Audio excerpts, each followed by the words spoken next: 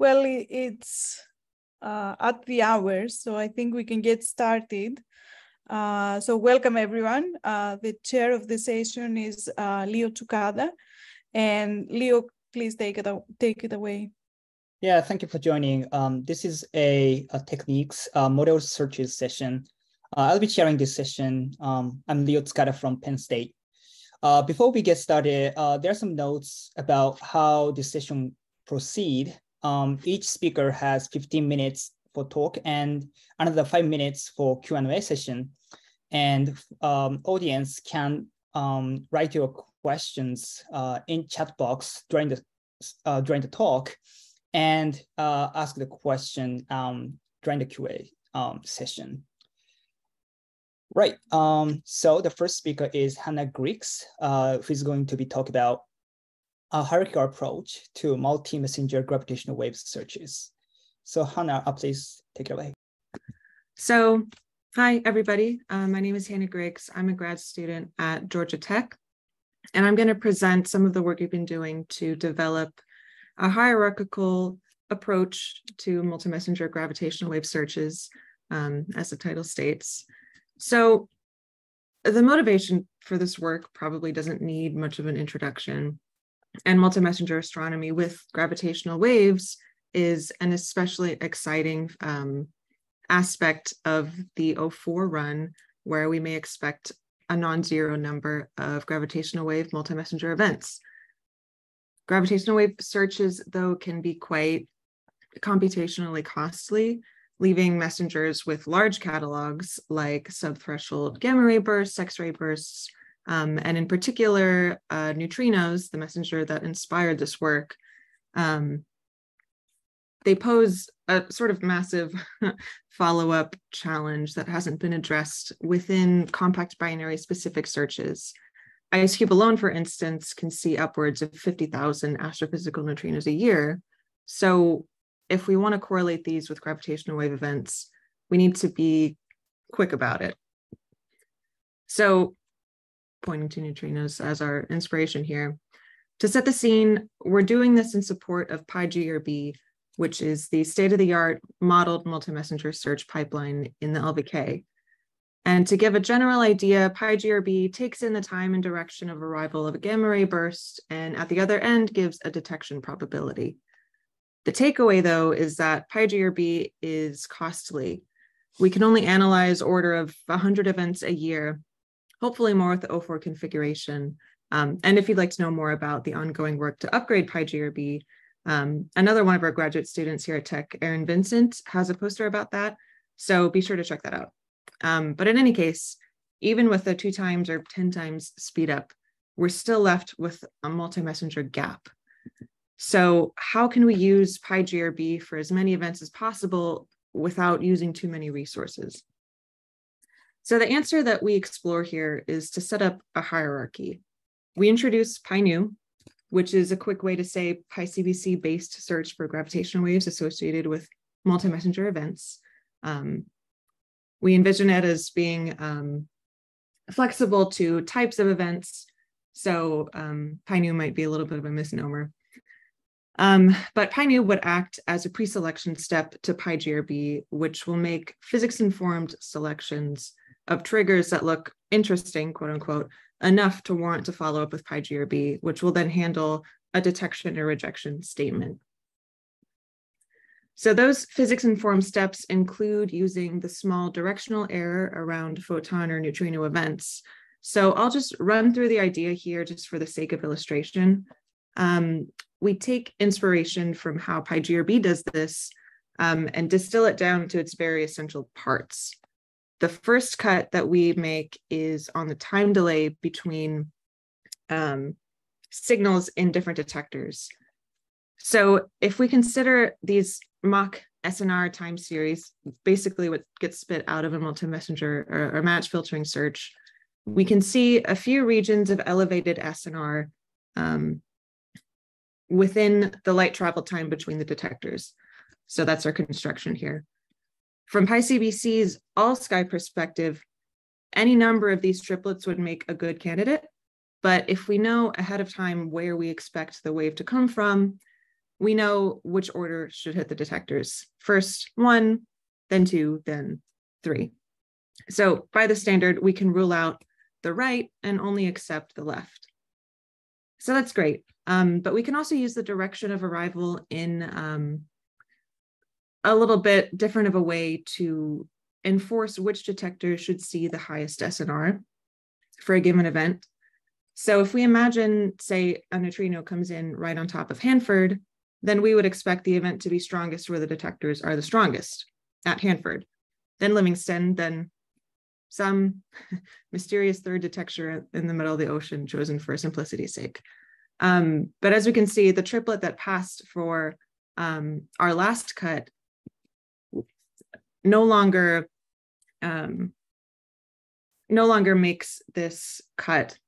So we can see how this might all come together.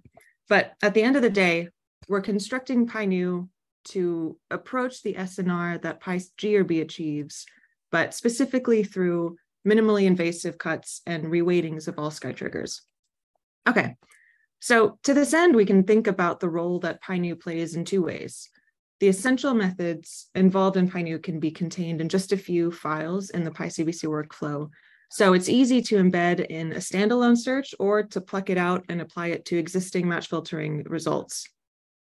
Our first experiment here is, with the pi-nu approach, is to develop a standalone search for interesting signals to pass on to pi G or B, which we've based in PyCBC for now, one of the gravitational wave searches used in the LVK.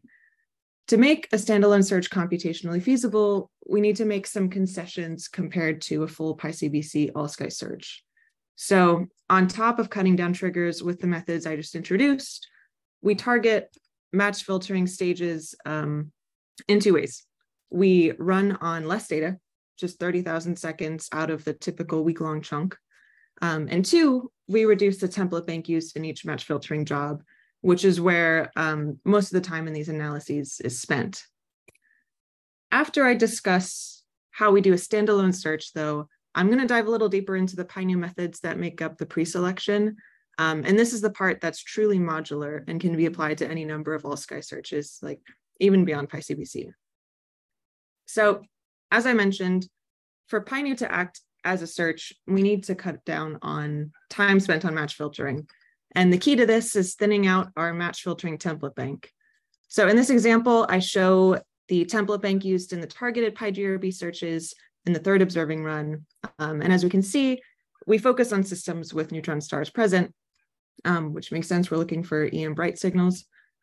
So the reduced pi-nu version of the bank features an increased lower frequency bound and a reduced minimal match requirement. And that means that the templates don't need to be placed as densely.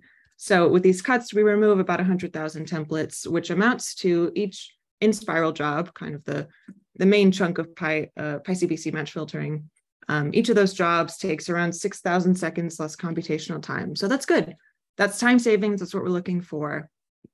But the question that comes up immediately when you do this is, how much sensitivity are we losing by sloshing down our template bank? So to get a handle on that, we use a verification method called effective fitting factor, which essentially quantifies how likely you are to recover a signal with the bank that you have. So 0.99 is usually the gold standard, but high 90s from our perspective is the goal. So the pi-nu bank turned out to be quite close in sensitivity to the much denser pi G or B bank. Its average is less than a standard deviation away, so that's a comforting result. However, by the very construction of this analysis, even though the bank is relatively effective, pi-nu will never be as sensitive as its parent pipeline, PyCBC in this case. So what I'm comparing here is a distance at which injected signals can be recovered by each analysis. So at 170 megaparsecs here, pi-nu recovers about 90% of the injections that we've put in, which for O2 data with a severely reduced pipeline isn't so terrible. Clearly, though, PyCBC can see much farther, dropping down below 90% at more like 350 megaparsecs and even beyond. So we've been running on O2 data for simplicity's sake.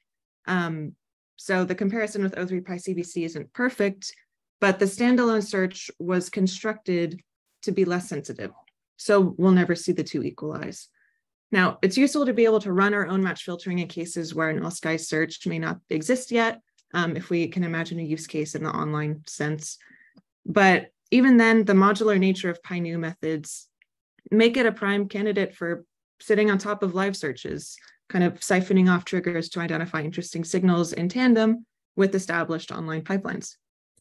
So now we can get into the bread and butter of PyNu, which are the sky location cuts and the SNR reweighting. So there are two parts to this work. First, a cut on the time delay of a signal between detectors, and then an adaptive SNR reweighting scheme based on Monte Carlo simulations of sources, where the PDFs you see here are the most likely source direction as a function of time delay and phase difference, which basically boils down to where in the sky the detectors are most sensitive to signals. So multiple all-sky pipelines use this PDF reweighting approach. So by downweighting areas of phase difference and time delay that are unlikely for a certain multi-messenger event, we can approximate a PyGRB style search. So that can be pretty slick. I'll focus on the time delay cuts here, which in large part were implemented by one of our undergraduate collaborators, Viviana Cáceres.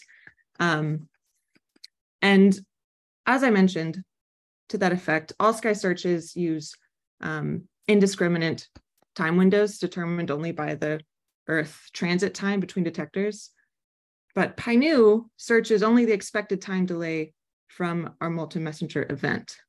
So with that in mind, I'll show here the consequence of establishing an inflexible time delay cut on triggers around 170817. So we can still clearly pick out 170817 as a trigger, which is accompanied by quite a bit fewer triggers that also pass the time delay cuts. So this is a promising reduction in fluff to deal with when we're trying to identify when an event is interesting and when it's not. We're also interested in how these signals get ranked in PyNu. So in its PyCBC implementation, which is what I'm showing here, we have a comparison between two January 19th boxes, which we ran through our standalone PyNu pipeline. So just to say, we're working with a reduced number of triggers to begin with, but we still see that with the time delay downweighting applied, PyNu triggers fail to cross the positive ranking statistic region, which is where triggers start to become considered for more consistency checks further down the line in PyCBC. So we can see in action PyNu successfully failing to find any triggers of interest in the region of data that we're looking at. And this allows us to move on to the next trigger or neutrino or GRB in a new region of data. So here we can get a better picture of how PyNu will deal with uninteresting events. While we're implementing— 3 minutes left. Thanks. While we're implementing the phase difference reweighting based on the PDFs that I showed earlier, we're also working on expanding these sorts of investigations into far larger regions of data so we can build some more robust statistics for what might be considered an interesting PyNu event. Okay, so now I'd like to pivot slightly and discuss the future of PyNu as we see it, or at least one aspect of it. So while PyNu methods can play really nicely with existing all-sky search pipelines, we're also exploring the possibility of using Gaussian process techniques to speed up the PyGRB preselection even further. So Gaussian processes are popular techniques for estimating uncertainties, doing regression, and a whole bunch more. Gaussian processes can also be used as a means of signal identification. So for a given region of data, for instance, we might want to predict whether or not a gravitational wave is embedded at all in the data. And then we might also want to estimate parameters of the system. So Gaussian processes are typically quite good at classification, but struggle in the PE realm. The good news is, though, since we're functioning as a pre-selection to more sophisticated searches that are capable of parameter estimation on their own, we can say that all we're interested in is if there's anything worth following up at all in a region of data. So for this, Gaussian processes might work quite well, just if we focus on classification. So here we're hoping to have some initial results ready for this meeting, but ran out of time. So we're still training our system right now. So we'll have to show those results at a later time once the training is complete. But this is something that we're excited about. So to summarize, PyNew in its essential sense is a physics-informed pre-selection to multi-messenger events, which we hope to use to expand the reach of PyGRB to larger multi-messenger catalogs. And in the future, we hope to make it a little bit more robust with better reweighting based on time delay and phase, as well as exploring the Gaussian process classification aspect. And I think that's about all I have, so I'll take questions.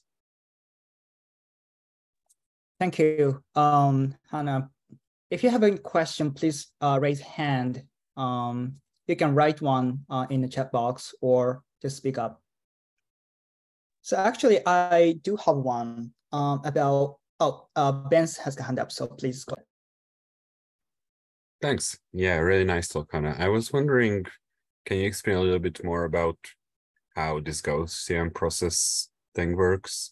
What part of the current implementation would that replace? So this would be kind of a standalone pre-search of the data. So basically how we have it envisioned is that we've trained on a pretty basic kernel function, like just your basic Gaussian here. So what it will do is learn basically the boundary of what is considered signal and what's not. We've given it a pretty small signal space. So we're just looking at BNS signals. So it will be a rather narrow implementation just for BNS type signals. But so this is what we were hoping to finish the training to show. But in theory, we should be able to converge with more and more training on where exactly that boundary lies. And to comment a little bit on the data that we're giving it, we are trying to get it to learn what the characteristic uptick in frequency of the chirp looks like from its perspective. So that's what it's learning. Not sure if that helps. Yeah, interesting. Thank you. All right, Tom has a hand up. Go ahead. Hi, Hannah. So this all looks very interesting and, well, obviously new. Well, I've not seen it before, but yeah, I mean, we do spend a lot of computing time and person time on running these like PyGRB searches. So, be nice to at least think about like faster methods. So the PyGRB is coherent, as we know, so it gets information and gets detection significance out of like detectors that are below trigger threshold. So let's say have SNR below 4 or below 5. Mm-hmm. At the moment, are you just keeping the same trigger thresholds as like the full PyCBC all-sky search, or could you lower the threshold somewhat if you like have less templates? So the way that we have it set up is we're grabbing triggers right after the match filtering stage, where the higher, I think PyCBC all-sky uses SNR 5 as its cut. But at the, like right after match filtering is complete, that stage still has 4 as its cut. So we're actually not losing too much by siphoning off triggers at that stage. If we waited until after it does its own coincident search, after it runs PyCBC coinc find trigs, then we have an issue of losing information, but we've actually been kind of satisfied with just pulling right out of the in-spiral jobs, using those triggers and putting them together ourselves. Okay, well, that's nice to know. I mean, there's also kind of settings you can play with if you want. Yeah, what we're trying to avoid is doing our own match filtering, if we can. Well, okay, yeah. That does involve a lot of, sending jobs to remote computers and spending a lot of CPU. True. Yeah. Right, thank you. I think that's all for Q&A session, I guess. So let's thank speaker. Thank you, Hannah. And we can move on to the next speaker, Sharan Banagiri, who's going to talk about accessing the astrophysical significance of gravitational wave trigger, a unified p-astro approach. So yeah, hello everyone. I'm Sharan Banagiri. I'm a postdoc at Northwestern University, and I'm going to talk about this new work, which is about a unified p-astro approach for measuring the astrophysical significance of gravitational wave triggers. And this is all work done in collaboration with all of these awesome people. So I think it's not an exaggeration to say that over the last 7 or 8 years, the detection of compact binary objects through gravitational waves have provided us with a new way of understanding the universe and star formation and so many things like that. And a lot of science has come out of this. And this conference itself is in some ways a testament to that. So given all of this awesome science that has come out of this, let me ask a simple question. How many binary black hole mergers have we detected so far? It turns out that this is not a simple question, actually. Now, I'm sure most of you have seen some version of this plot. So some of you might say, hey, Sharan, let's just count the number of systems we have in this stellar graveyard plot. But unfortunately, the reason that this does not work and the reason that the answer to this question is not simple is that the number of detections that we've had depends on what we mean by detection in the first place, right? And this in turn depends on how we measure the significance of gravitational wave candidates. Now, again, someone might say, oh, this is easy. Let's use p-astro. We've been using this for a while. So for those of you that are unfamiliar with the term p-astro, it's the probability that a gravitational wave trigger is of astrophysical origin. Since we're talking about astrophysical origin, this means that p-astro knows something about the rates of astrophysical triggers. So we have to fold in some models and some rate information about gravitational wave triggers. And the way that we define it, a p-astro of 0 implies that a particular trigger is of terrestrial origin, and a p-astro of 1 implies that we are very confident that it's astrophysical. But of course, the key thing here is that p-astro is defined for a gravitational wave trigger. A trigger is the output of a particular search pipeline that employs a particular data direction. So in other words, p-astro is not defined for the underlying data itself, underlying gravitational wave data itself, but it's defined for a particular data reduction that a particular search pipeline is employing. So why is this important? Why is this relevant? Consider GW19-1204. This is a candidate from the GWTC3 catalog paper. If you look at the PE for this event, this has an M1 of about 27 solar masses and an M2 of 19 solar masses. So this is sort of a vanilla-ish binary black hole merger if we look at the PE. But let's look at what p-astro it has. There were 4 pipelines that analyzed this data.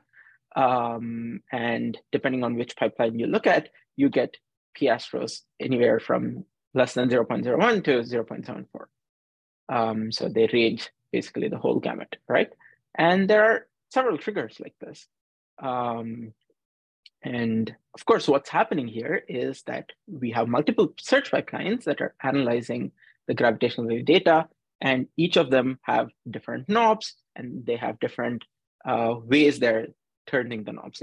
They all make different algorithmic choices. And in some ways, this is great. This is exactly what we want search pipelines to do by looking for different types of signals and by tuning their algorithms in different ways.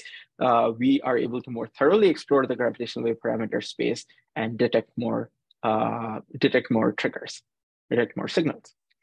But as a corollary, this also means that we get multiple p-astro values for any particular gravitational wave candidate. And because p-astro is defined for triggers rather than the underlying data itself, this means that there's no easy way to compare this information, compare these p-astro numbers between pipelines. This does not account for the non-trivial trials factors between pipelines, because all of the pipelines are, after all, running over the same underlying data. They're analyzing the same data. So their results are not independent of each other, but the trials factors are not trivial to calculate. We are not making optimal use of all the information, of course, because again, p-astro is defined for a particular trigger, not for the underlying data. And this can get pretty confusing to external catalog users when they see multiple numbers, multiple confidence numbers for a particular candidate, and they don't know what to make of this. And I bet it's also confusing sometimes to those of us who are much more steeped in gravitational wave science. So what's a solution for this? What if we can combine information from all pipelines and compute one unified p-astro? And that's sort of what we set out to do. How can we do this? Let's say we have a particular gravitational wave candidate, right? And we have ranking statistics from the n pipelines that have analyzed that candidate. They have statistic 1 from pipeline x1 from pipeline 1, x2 from pipeline 2, and so on. Now, if we can measure, or if we can model the joint distribution of these ranking statistics under the signal hypothesis, and the joint distribution of these ranking statistics under the noise hypothesis, then we can put all of this together, compare these ranking statistics that we have for this one particular candidate to both of these distributions, and calculate one unified p-astro. In practice, so let's look at how we can actually calculate this. Excuse me. The p-astro for a particular trigger, so now I'm talking about one trigger from one pipeline, trigger X is the weighted probability, the weighted posterior probability of the signal hypothesis given the trigger. So that's PS given X, where S is the signal hypothesis, and that's sort of normalized over PS given X plus PN given X, where N is the noise hypothesis. So this is the posterior distribution for the noise hypothesis. And again, compare this to what we've talked about, where we said a p-astro of 0. So if the numerator is 0 would mean, perfect confidence that it's terrestrial, and p-astro of 1 would mean that it's astrophysical. So in order to calculate a unified p-astro where we combine multiple pipelines, we simply have to promote this X to a vector X, where a vector X is now a vector of triggers from multiple pipelines, in an ordered fashion. That's crucial. So it's x1, x2, x3, so on from your n pipelines. And so now you have the posterior probability for the signal hypothesis given the vector of triggers that you have, and similarly the posterior probability for the noise hypothesis given the vector of triggers. And so now this weighted sum would give you a unified p-astro since it knows about all of the triggers from all of the pipelines. To actually calculate this, we'll use Bayes' theorem and write P, where PH given X is proportional to a likelihood term, PX given H times a prior term, pi of H, right? So let's write both, let's do that for both the signal and noise hypothesis. And so we get these joint trigger likelihoods under the signal hypothesis and under the noise hypothesis. And so if we can measure these two likelihoods, then we can measure, we can write down a unified p-astro. One way to do that would be to use joint injection sets. Injections are simulated signals for your signal hypothesis, and use coordinated time shifts between pipelines. So coordinate them between all of your pipelines for the noise hypothesis. We also need to model the priors. And the way this is usually done, there's nothing new here. The way this is usually done is to write them as proportional to signal and noise count parameters, lambda s and lambda n, which are themselves estimated from the triggers. This is done using an inhomogeneous Poisson process model, which is colloquially called the FGMC method. I'm not going to go into too much detail on how this happens. Check out this paper or ask me if you're interested, but what this gives you is a posterior distribution of on lambda s and lambda n, given the set of triggers that you have. And so then we sort of marginalize over our uncertainty in lambda s and lambda n using this posterior distribution that we have to calculate a unified p-astro. So in this paper, we did a proof of concept analysis of this using GWTC data from GWTC 2.1. Where we used only PyCB, we restricted ourselves to only the PyCBC and GST-LAL pipelines. And furthermore, we restricted ourselves to triggers that were seen at least by LIGO, Hanford, and Livingston, so at least 2 detector triggers. For the joint signal likelihood, we used the injection set that was used by the LVK at the end of O3V. And we used 600 noise triggers from one particular coordinated time shift between PyCBC and GST-LAL for the noise likelihood. And of course, the number of noise triggers we have is kind of small for an entire observing run, or half of observing run, I guess. So the numbers that you see here should be taken with a grain of salt. The point of this was to do an illustrative analysis to show a proof of concept analysis to show how this method works, rather than providing production level numbers of unified p-astro. But anyway, when we do this, we get about 41 triggers with a unified p-astro that's greater than 0.5.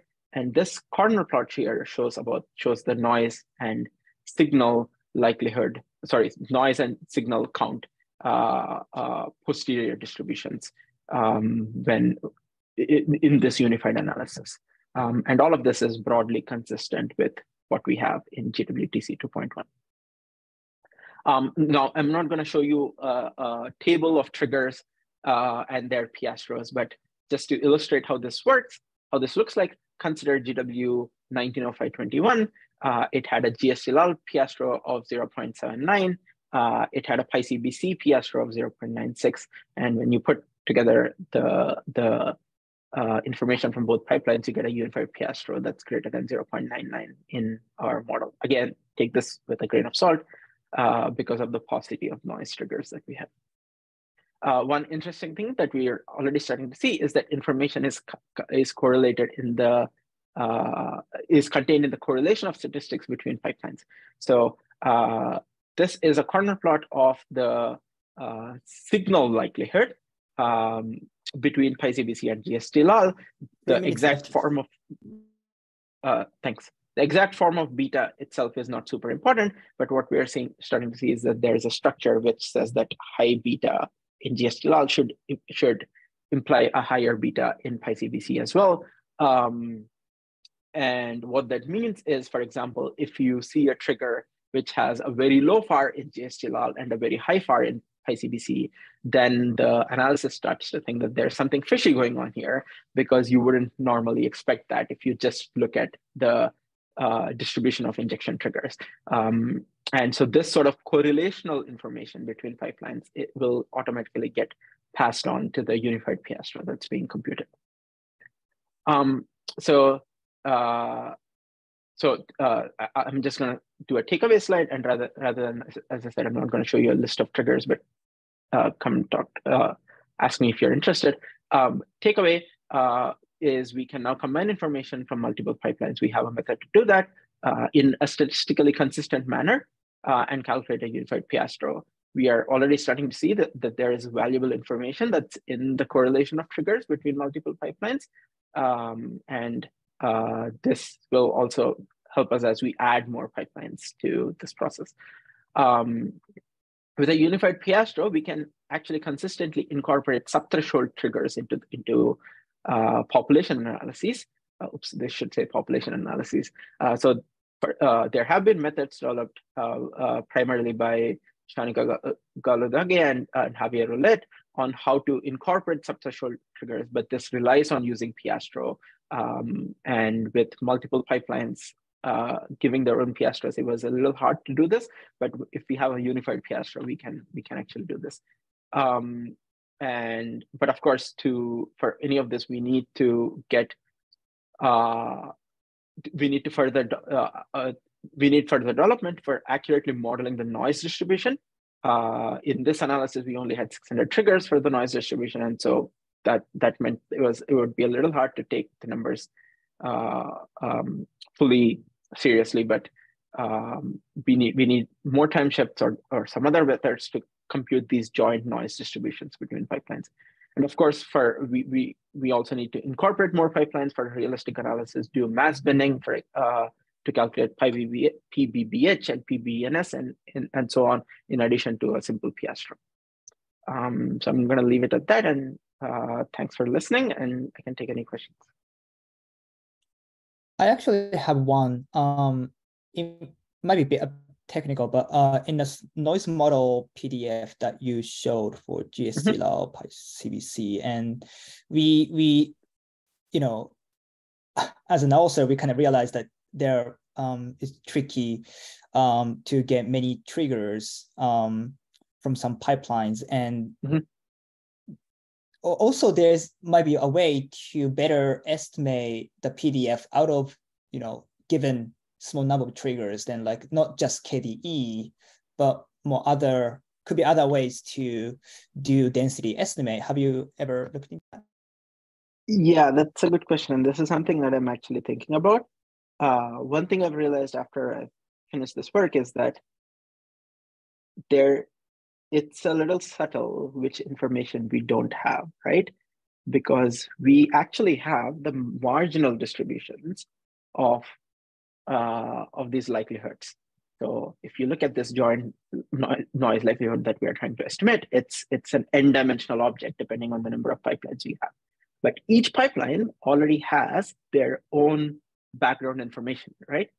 Each pipeline calculates their own background, which means that the marginal distribution of this n for any given pipeline is actually very well known, and it's only the joint structure that is not well known.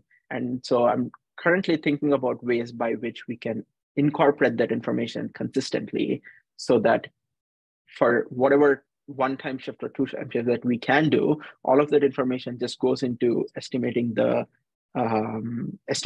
joint distribution rather than the marginal distribution. And I think there might be ways to do that would be promising. But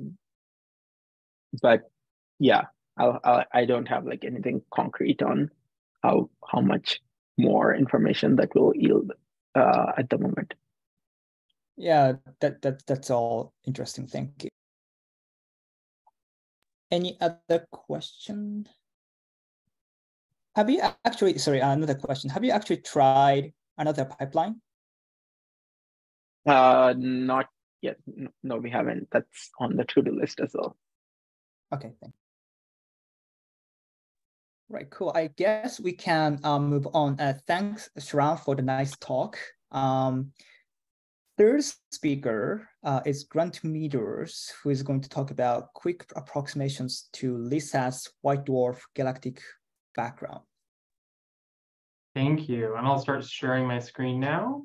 Very much, and thanks for inviting me to talk. I'm Grant Meadors from Los Alamos National Laboratory, where I'm a staff scientist, and I was just talking with a new student who joined the project, Peyton Johnson, who's worked at the University of Minnesota, and together we're working on this concept for quick approximations to LISA's WhiteDwarf galactic background. And my pronouns are he and him. And I am really interested in understanding ways that we can, in the same vein as the previous two talks, do a quick analysis of the signals that are expected to come out of the laser interferometer space antenna LISA in the next decade. It's been really exciting to see the first detections emerge from the ground-based observatories almost 8 years ago, from pulsar timing arrays like our host at Nanograv this year. Congratulations. And it's really exciting that the community is already at work on analysis methods for LISA data. I'll talk about the LISA data challenges soon. I just very recently learned about work by Gao et al. As well as Strube et al. On different fast approaches to this problem. And there are a lot of similarities and overlap that might be good to talk about in the questions. I don't address that in the slides because I'm learning about this rapidly evolving field. And I am going to show a slide many of us have seen before of the whole spectrum and just point out that there is a huge gap in between the nanohertz and the audio band, where in the millihertz range, we will hopefully observe a lot more scientifically interesting sources in the coming decade. That depends on the resolvability of those sources, what we can learn. This is a very general diagram of strain versus frequency. So I'm going to zoom in to a plot from beyond this Moore-Cullen-Berry plot to the LISA L3 proposal, where we see the nature of the problem in much greater depth. And there we notice that questions of scientific interest are determined very much by the signal to noise ratio, the SNR, of particular signals. So we see the massive black hole binary mergers sailing across the spectrum, and some of them are very high in characteristic strain.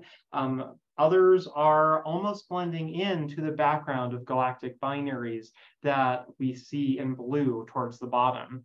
And in this spectrum, we can see stars. The verification binaries are starred, and those represent the sources that we already know what to expect from in sky location ephemeris, et cetera, from the LISA data. So if we see them at the correct strain, at the correct position and parameters, that's an excellent sign of the operation of the mission, and we'll also learn science from them.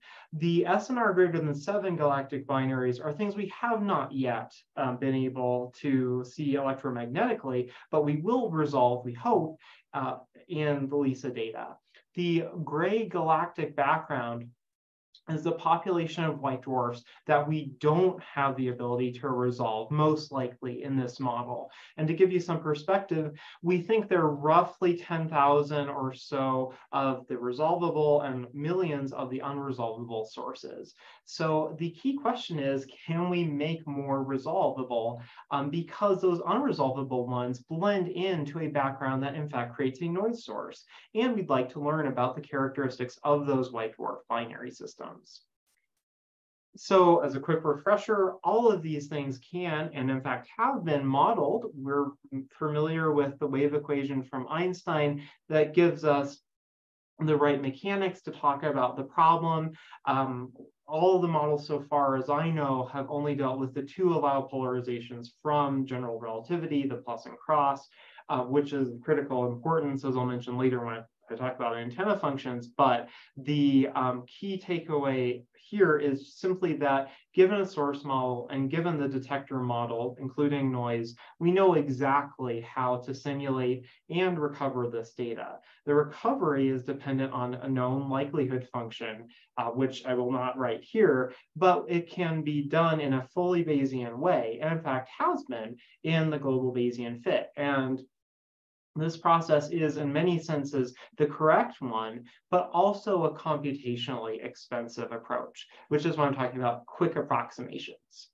So the LISA data challenge has simulated what I've just described in the Sangria data set, as well as the past Radler data set and the forthcoming Spritz data set.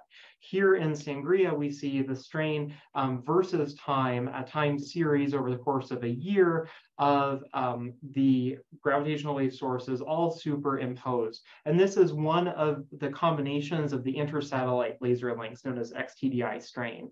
And here in this, we see overlaid merging black hole binaries as well as the galaxy. And you can see a characteristic expansion of the kind of noise level of the galaxy as we pass through an optimal orientation for those sources.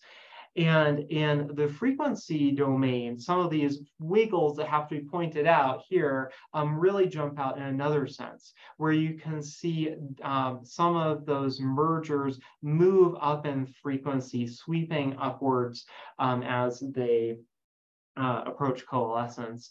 And many of them are crossing the horizontal lines that you see. Many of those may in turn be galactic binary sources, such as the verification binaries. And if we could resolve deeper into the blue and pull those out, then those become less of a noise source and more something that we can study. And the simultaneous overlay of those is part of what the LISA data challenge is about. And many of the approaches simultaneously fit all of those, which is, as I'm about to say, the best approach, but one of the slower ones. But before I turn to that subject really quickly, a comparison that many of us may naturally think of is to what has been done in LIGO's continuous wave searches, because there we also have looked for known sources. The pulsar searches are very much like verification binaries because they're both slowly evolving and quasi-monochromatic over the timescales of observation. And here's the LIGO-Virgo collaboration 0102 search over 221 known pulsars that sets upper limits on very similar sources, but notice the frequency is in the audio band from tens up to about 2000 hertz. So one can pull similar analysis methods. Those searches are much more sophisticated. I'm showing you this simplified illustration, but the core problem boils down to phase modulation. For these long duration gravitational waves, one has a problem that the detector is moving towards and away from the Romer delay as a result, towards and away from those sources on the sky. Now, many of the white dwarf binaries are concentrated towards the galactic plane, but nevertheless, the detector is not aligned in such a way that phase delay is constant, and you get in the frequency domain sidebands. And that complicates the analysis, and those have to be either merged together or resampled in such a way that you concentrate the power and see something that's detectable, even though the sources are sinusoidal in their own rest frame. And additionally, one has the problem of maximum likelihood being necessary in many cases to resolve amplitude parameters like how the amplitude is, but also phase, polarization angle. And this results in a computationally limited problem, not only a Fourier transform, but also one has these additional parameters of sky location and frequency evolution to deal with, leading to approaches like LIGO's semi-coherent searches, which split observing runs into smaller sections to control the cost scaling, which depends on frequency resolution to some power. LIGO has had many fast methods that I would like to bring to this problem. So on the left is a plot of one thing that I've done with what's known as a cross-correlation algorithm, which some people on this call are very familiar with. And the simulated sensitivity depth, that is how far per root hertz can one push into the power spectral density to recover a strain, is very high at certain frequencies in this simulation. I will illustrate this in more detail with the plot next slide, but the key points to take away here are that LISA has had mock data challenges, and we know that global Bayesian fit methods like Wittenberg 2011 did the best. They detected the most sources out of millions of white dwarfs, but they're expensive and of order 100,000 core hours and may need to be rerun multiple times throughout the mission duration. The Whalen et al. 2010 method is one that detected fewer sources, largely due to the misfit of certain sources and subtraction of those being imperfect. So why bother with these algorithms? Again, efficiency is one method. If we want to be very quick, we can use these not for direct observation and parameter estimation, but to generate proposal distributions for the global Bayesian fit. A different kind of approach that's less susceptible to that misfit, because a Bayesian stage is taking on these detections as something to follow up. And really quickly, as I mentioned, you can push down into the noise quite far in LIGO data, but I have not yet applied this to LISA data, because there are many challenges in implementation. So in this last section, the remaining issues we have are dealing with the differences between those LIGO continuous wave methods, which are very fast and efficient, and the fact that we're not looking at LIGO. The L-shaped antenna of LIGO results in this particular antenna response, a kind of peanut shape at DC, 0 hertz, and the full response convolves with your strain time series to yield something much more complicated. And the problem is that, as we know, LISA is set to be a triangular formation in heliocentric orbit, not an L shape on Earth. And so this problem is known, solutions are well understood, but it hasn't been coded yet and adapted to what we need to work with. So this challenge is still to be met, and this is why I do not have results to show you as yet. But I do have an important point to bring up before I close, which is that we know that the very fact that I skimmed over at the beginning, the maximum likelihood kind of approximated statistics result in some remaining problems. We see at very long durations with LIGO analyses that the amplitude modulation of the Earth, and we'll similarly get amplitude modulation from the changing LISA orientation, results in spurious modes in the parameter space that we look at. And those are with a spacing of the Earth's daily motion, and those result in additional complexity in the identifiability of modes. And the core issue here is deeply entangled with the benefit we provide. Namely that we have condensed, projected down a very high dimensional of order 10 parameters times 10,000 white dwarf systems, 100,000 dimensional problem with Bayesian methods into a much fewer 3 to 5-ish dimensional problem with LIGO-like CW methods, but that is a very small space. And if we have these multimodal peaks in that very small space, there simply are not that many different points that they can occupy. And so disambiguation becomes an issue of source overlap, channel capacity, and information theory, which is my conclusion. This is going to be an extremely interesting problem to solve and to learn whether we have even the ability to apply faster methods, because this isn't the first time, this is not the last time that we will face this problem. The Cosmic Explorer and Einstein Telescope observatories will have popcorn noise from many black hole mergers. And if we want to someday observe the Big Bang inflationary background, if it exists, then we must disambiguate even more of those astrophysical foregrounds. We can hope to see the sensitivity levels with the SIGO, Big Bang Observer, atom interferometers, but if we can't tell what's in the foreground apart, we won't be able to understand deep cosmology. For that, one person's signal really is another person's noise. So I hope that we can hone techniques and algorithms on LISA, find the fundamental limits from information theory, like Shannon channel capacity, et cetera, and develop some really fast methods to apply. Thanks again to Peyton Johnson and several people who are on this call, and I'd like to take any questions. Thank you very much. Thank you, Grant. So we're gonna have Q&A session. If you have a question, please raise your hand. Hi, Grant. It's great to see this taking shape. I wanted to ask, I think you and I might have discussed this already a while back, but when we did the F-statistic grid-based search, Reinhard and I actually did implement the antenna pattern for the rigid adiabatic approximation for what was then the mock LISA data challenge, modeled orbit. So I think we talked about that this is probably not usable in LAL anymore because it hasn't been used for so long. But at least the basic principles and skeleton should be there for implementing the LISA antenna pattern, at least at the rigid adiabatic approximation, in a language that ground-based continuous wave methods understand. Yeah, we did talk about that briefly, and that'll be extremely useful. Thank you. We should touch base again about that. Sharan, go ahead. Yeah, thanks, Grant. This is very interesting.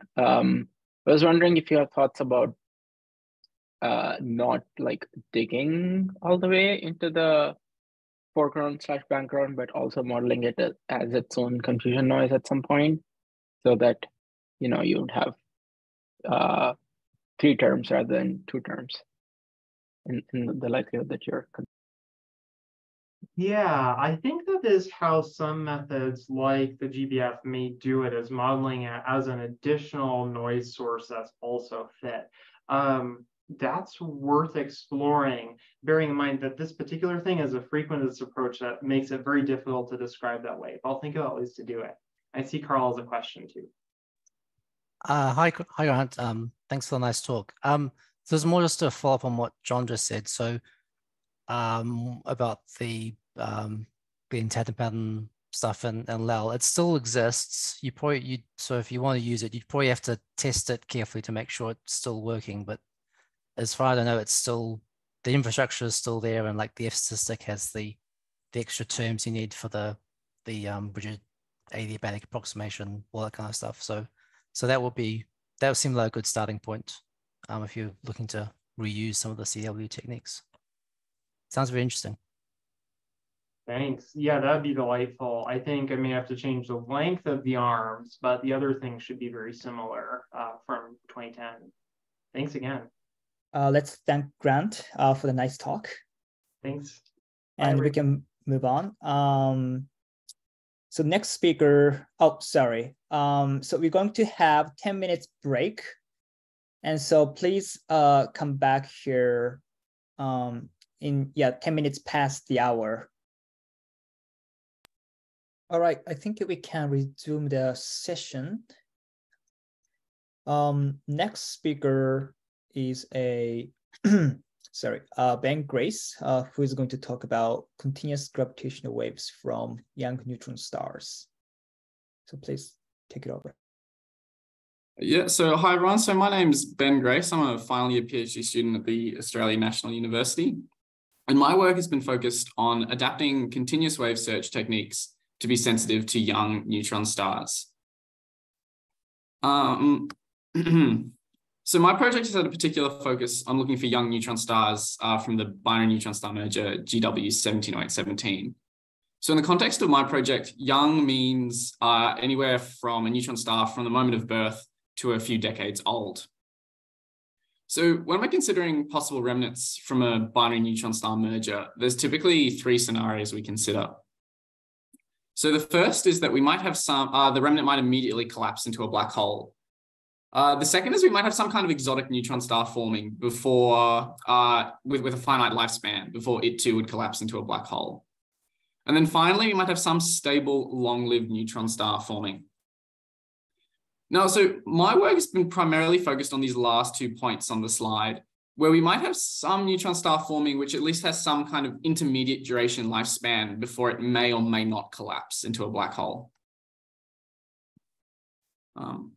So for standard continuous wave searches, we're typically searching for long-lived neutron stars. These differ from young neutron stars in that young neutron stars are born spinning extremely rapidly, as well as there's some evolution between the properties of a young neutron star and a long-lived one. So continuous wave searches don't typically include these two characteristics for the search for the sources that they search for. So this naturally makes the motivation for my work. I'm looking at trying to adapt traditional continuous wave search to accommodate for these rapidly changing frequencies, as well as be able to reflect the rapidly changing physical properties of the young neutron star. So there's been many different searches done from a remnant from GW170817. On this slide, I've just included a very brief overview of two LVK searches and comparing them to my own. So these two LVK searches had very similar frequency ranges, but differed in the duration of signal that they were looking for. So ranging from very short signals in this first paper to almost getting to like a traditional continuous wave search length. So my project looks at kind of trying to hit this like the regime that which these two searches haven't gone over. So this 1800 second search, but at a lower frequency range. So for a standard continuous wave search, the way this is done is using matched filtering. So naturally that requires some signal model for the sources that we're looking for. So my project has looked at changing the signal model that we use for these continuous wave searches. So for a traditional continuous wave search, the signal models are informed by the general torque equation on this slide.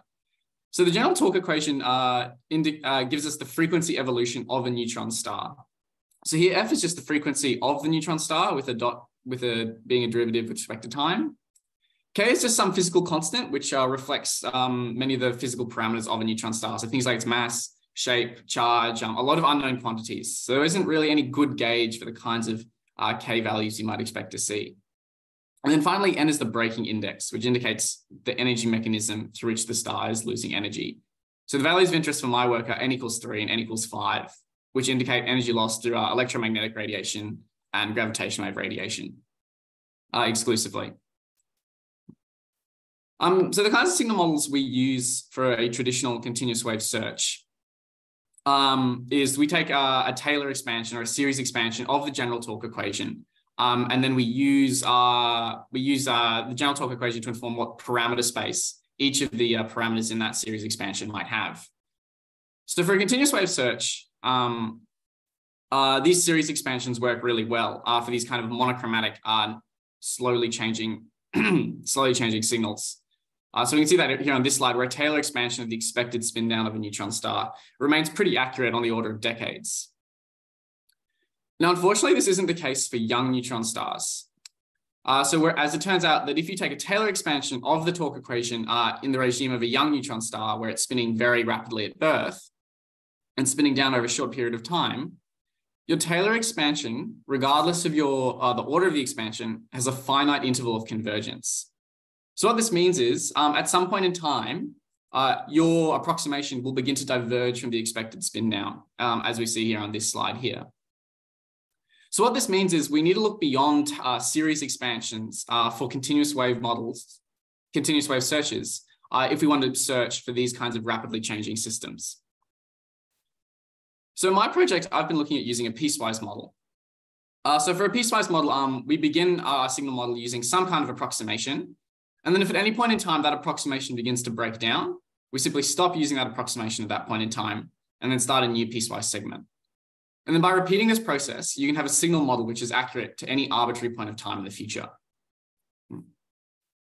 So the model I've been using in my work is this one shown here on this slide. So here are the points P0, P1, so on and so forth. They're known as the knots of our piecewise function. And they're just the points in time which we switch between piecewise segments.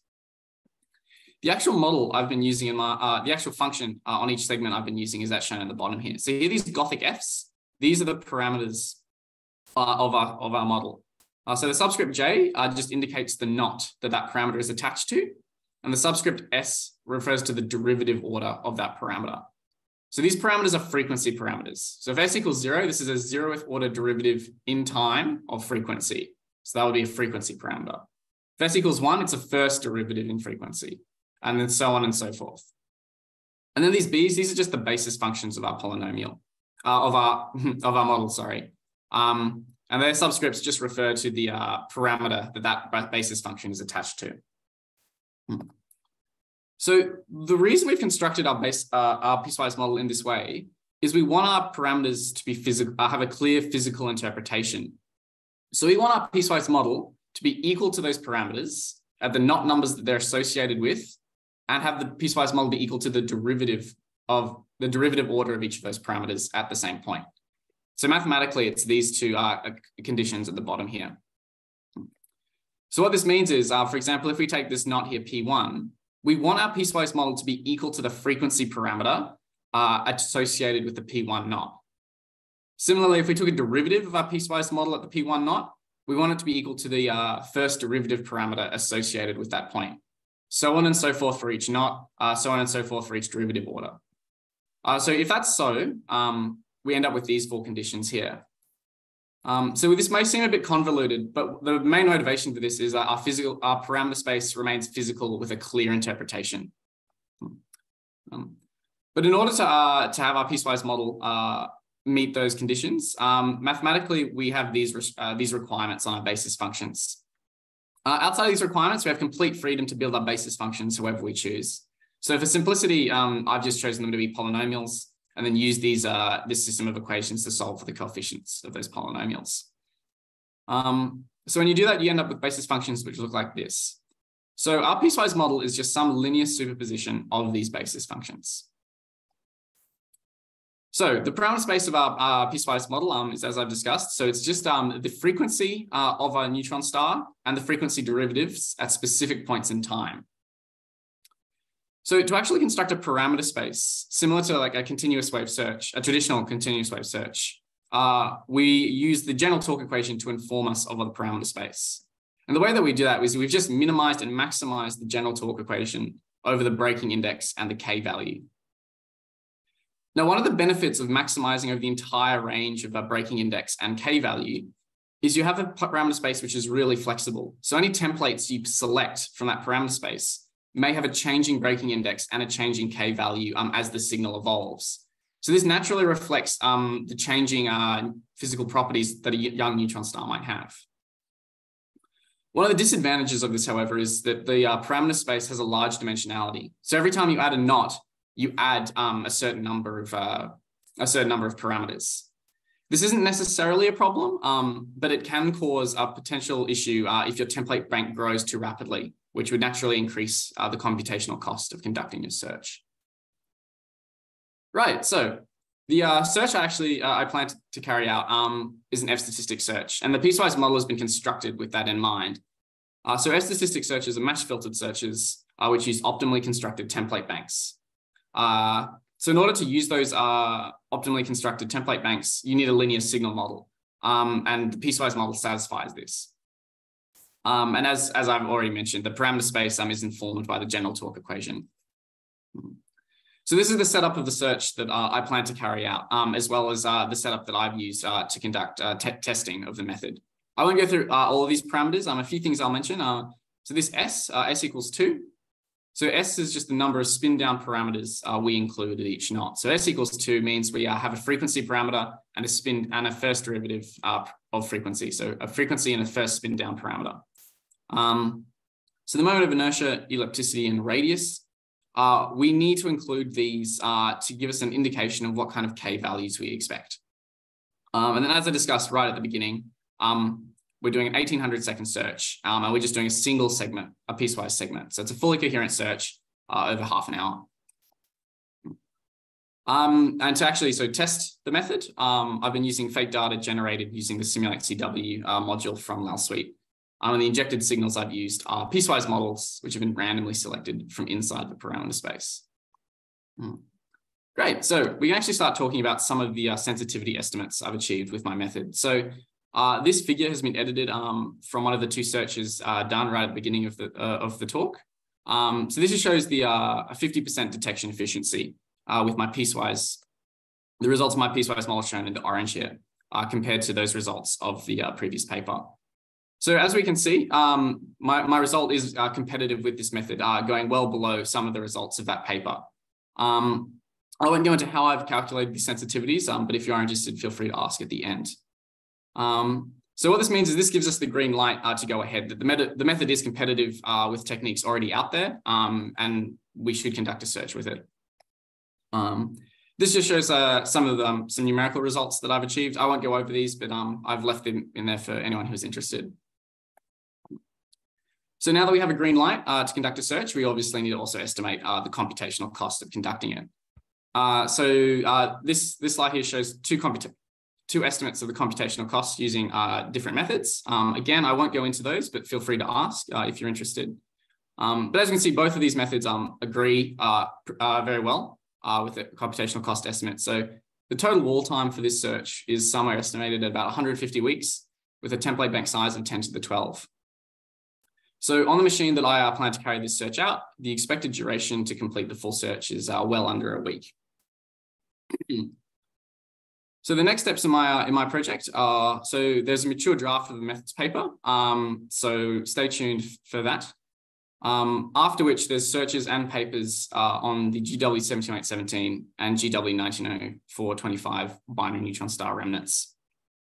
So as a final year PhD student, I'm also in the stages of thesis writing. And after which as well, there's a future search for the supernova remnant 1987A planned as well. That's it for my talk, but I'm happy to begin taking questions. Thank you, Ben. We can have Q&A session. If you have, please raise your hand. John has a hand up. Please go ahead. So you mentioned supernova 1987A.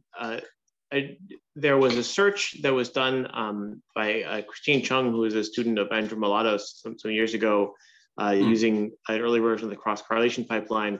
But in particular, they dealt with this issue of the signal evolution not being well fit by a Taylor series by explicitly fitting parameters of the spin-down torque model, the exponents and coefficients. I don't know if you're familiar with that work.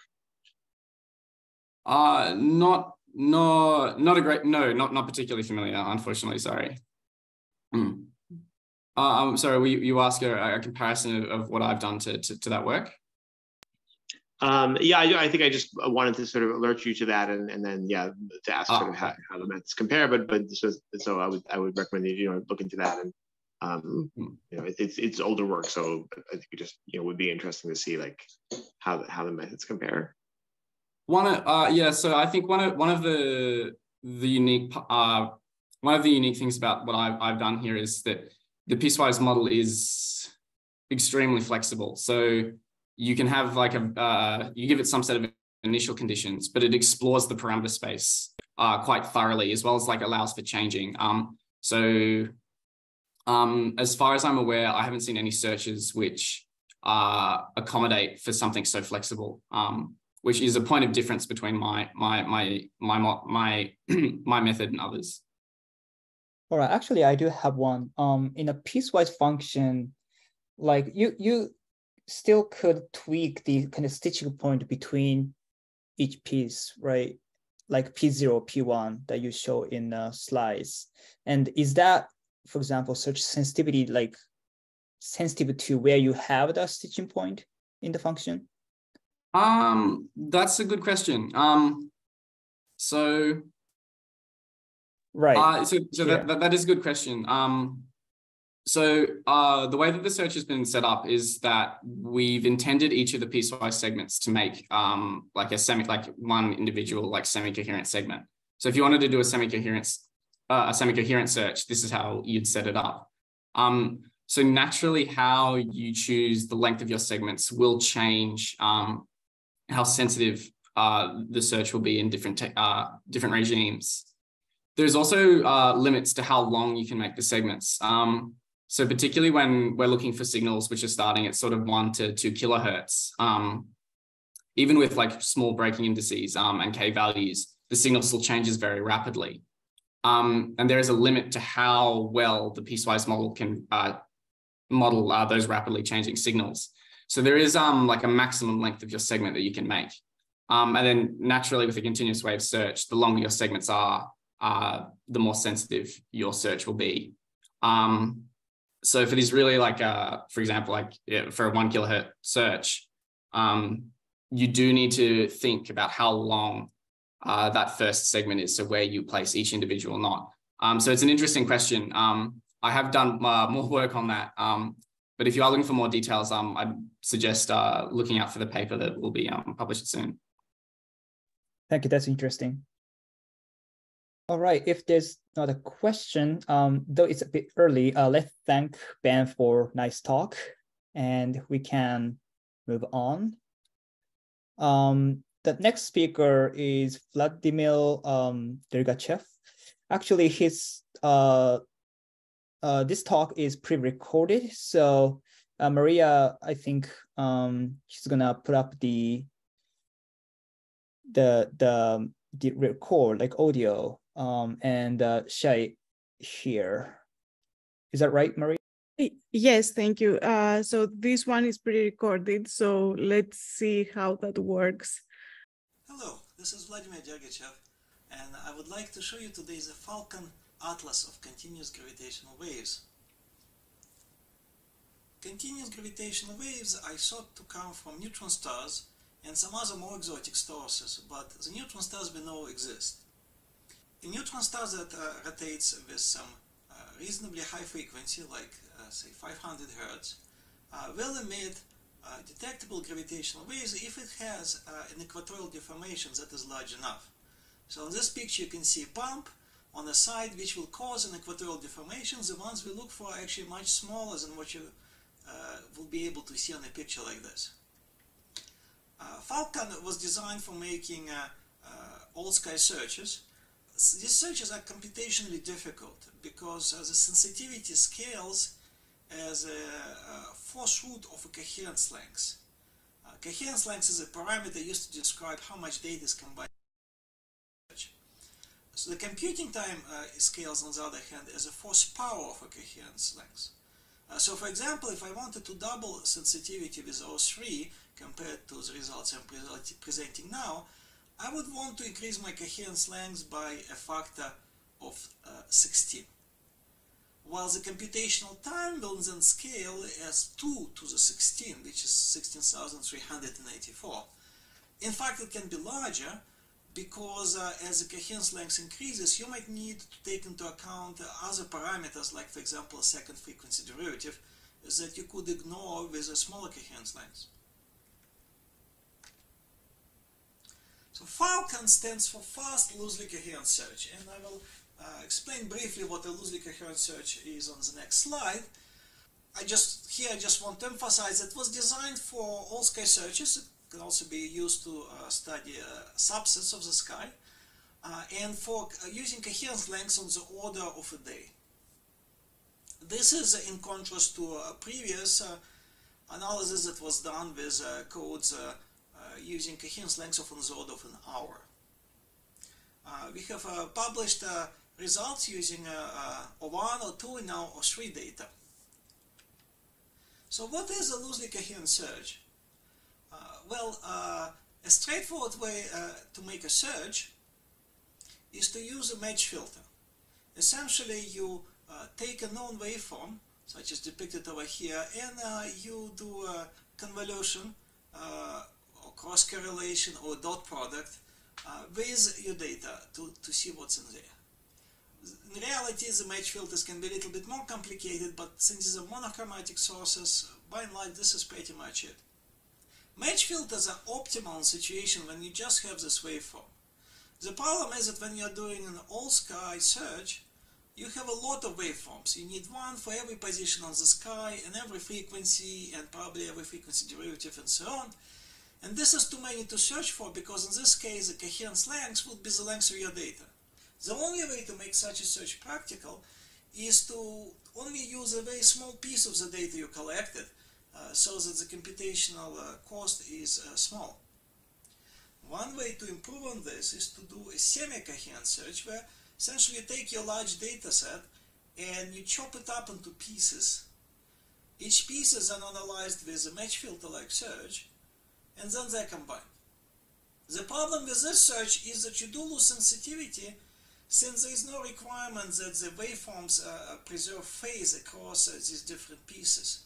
So in essence, your trials factor is all these phases to the power of how many boundaries you've got between pieces, and often that's many. Now, loosely coherent search, on the other hand, operates on bundles of trajectories. So we consider trajectories that are close together, allowing for some amount of phase drift. Depending on how search is structured, these can be purely physical trajectories, or you can allow some unphysical ones in order to make computation easier at the cost of a larger trials factor. In this search, our prime target were low ellipticity pulses. Now, what does it mean? We know that a neutron star can support an ellipticity of 10 to the minus 6 and then slightly larger just with its crust.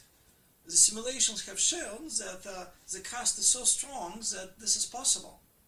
The problem is we don't know of any physical process that would produce such a large deformation. And in fact, we have made searches in the past, both with Falcon and its predecessors, and have not found any sources of such large ellipticities. On the other hand, there are some generic arguments that suggest that there should be many pulses with ellipticities of 10 to the minus 8, and probably there is a minimum ellipticity of 10 to the minus 9. So this is a very compressed summary of the results. The plot on the right shows the distance to which we would be able to detect a neutron star with ellipticity of 10 to the minus 8. There are three curves, depending on how the neutron star is oriented with regard to the line of sight. If the orientation is most variable, that is, the axis of rotation is along the line of sight, we get circularly polarized waves, and we get the top curve. Those we can see up to almost 200 parsecs. The worst case orientation is the blue curve, and that one goes from 20 to 30 to 40 parsecs. If you are interested in neutron stars with large ellipticity, like 10 to the minus 7, all you need to do is multiply these by a factor of 10. So instead of 100 parsecs over here, we would really have a kiloparsec. One key difference with previous papers is that here, for the first time, we actually provide a Falcon atlas. So there is a link here, you can download it. So this is a web page from which you can download the data. The image right up at the top shows a display of one of the scripts that allows you to browse the data. So this one is visualize.r and shows a summary of data between 835 and 40 Hertz with some markings. Let me just quickly show you the web page. The main data set is 72 gigabytes when it's on your disk with some auxiliary files. So together it's somewhere on the order of 130 gigabytes. And there are also a set of examples. So in practice, you would want to download both of these. Let me just go to the terminal where I already have those. So examples.targz and O3 Atlas. Let me uncompress them.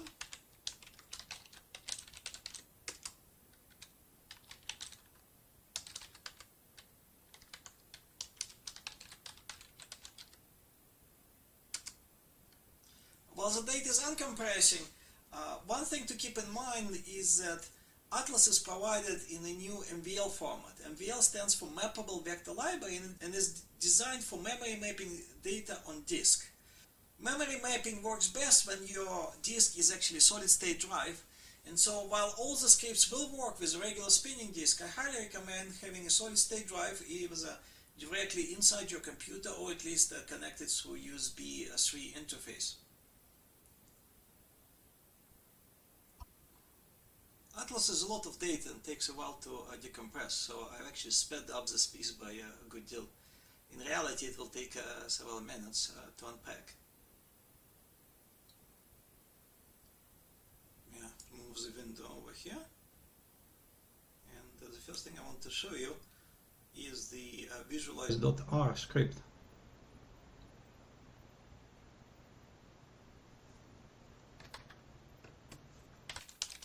Going to the directory where the data and the examples are. I start R. If you are not familiar with R, R is a general purpose language that is most commonly used for statistical analysis. It is capable of handling very large data, and with MVL files it can handle data as large as your solid state drive. There are all kinds of useful functions, like for example, let me plot a histogram of 1 million Gaussian numbers, and I might want to use more bins. There we go. There are also built-in statistical tests, like my favorite Kolmogorov-Smirnov test, the chi-square test, and others, and there are many packages, many of them written by professional statisticians to show how their particular method works and to apply it. So all we need to do is to source the visualize.r script. It will produce a sample plot to show you that everything works and the data is there.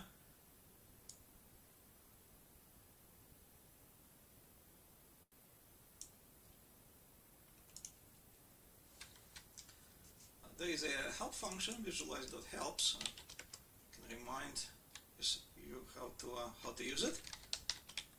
So, for example, here we only see a short band from 835 to 840 Hertz. How about we plot all the data? That is from 500 to 2 kilohertz. I want to see signal to noise ratios.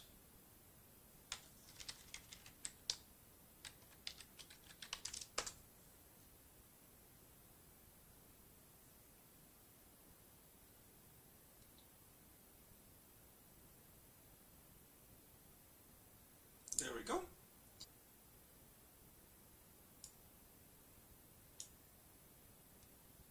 So what we see here is a sky map where every position is a maximum over all these frequencies between 500 and 1000 Hertz for that particular sky location.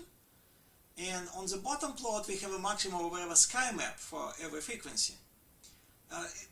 It's certainly noticeable how many peaks there are. So these are also called lines, and the ones on the left and on the right are due to detector artifacts called violin modes.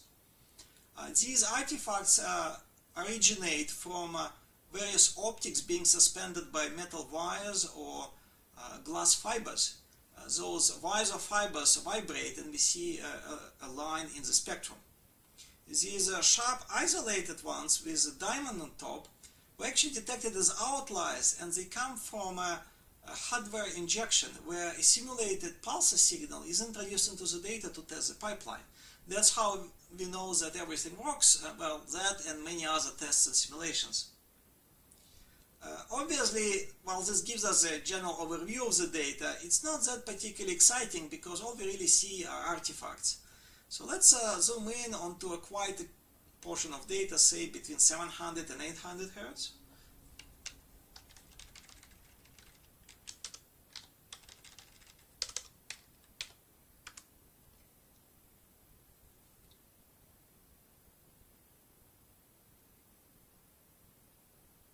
Here we see one fairly loud hardware injection with a SNR 41, and there's a corresponding red dot right up there. And there are a couple of artifacts at the integer number of hertz, which has something to do with detector electronics. If you look in the rest of the spectrum, it's reasonably clean. There is a little bit of a blip here, so let's examine it. So I'll zoom in frequency to 740 to 760.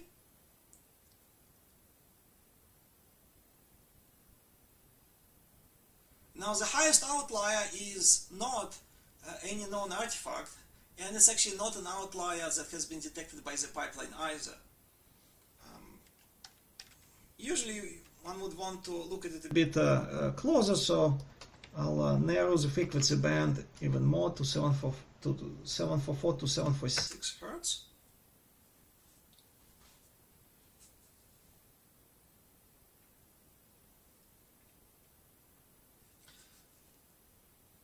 So this is the maximum of this band, and it corresponds to this isolated red dot.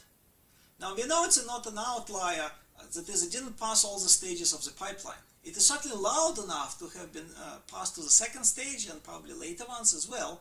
So something rules it out. What is it? Well, honestly, I don't know. A guess is that it might actually be some sort of artifact in one of the detectors. The reason to think so is because it actually is close to the pole. There are two sets of poles, the poles from rotational motion, which is right just north and south on this picture, and there are two ecliptic poles, one here and the other over there. A detector artifact would not be specific to any sky location, doesn't really know anything about the sky, so the influence typically shows up close to the poles, either the rotational one or the orbital ones. Now let me exit from the script, and we can take a look at other scripts that we have. There are scripts that demonstrate how to do a full scan of the atlas in case you are trying to test some hypothesis that really needs all the data. There are ones that allow you to focus on particular pieces of the sky. For example, let me look at a spatial index example 2.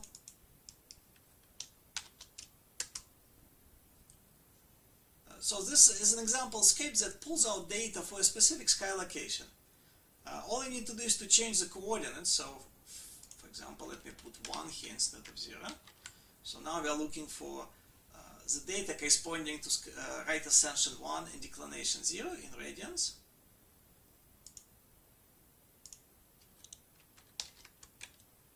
All I need to do is to run the script.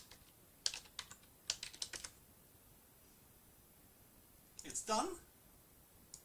And if I go to the very end, there is a line that allows me to write out the data into a file. So let me do that too.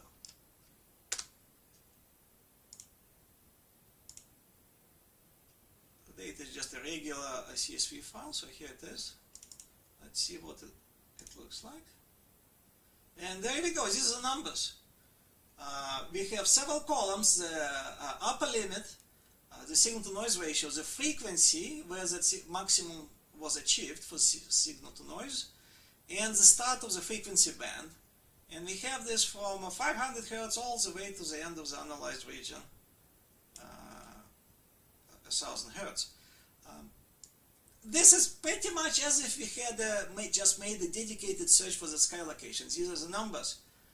You can use them as is, or you can run a more sensitive search by picking out on signal-to-noise ratio or upper limit hotspots. Like, for example, you might want to reanalyze this one. So at 500 Hertz, it's probably just violet modes. If one scrolls further, one can find others that might be of more interest. And this will give you a more sensitive search at a fraction of the cost of actually making a search that analyzes all the data. Let me go back to the presentation. Here, there are examples of two such searches that we have done. There have been previously published papers that have studied Vela Jr. and G189.1 plus 3. So in this case, we picked those same sky locations and just extracted data from the atlas and shown on these plots, compared to the results from Liga Virgo Kagro collaborations. We can see that the Falcon results are actually quite comparable in sensitivity, in some cases better.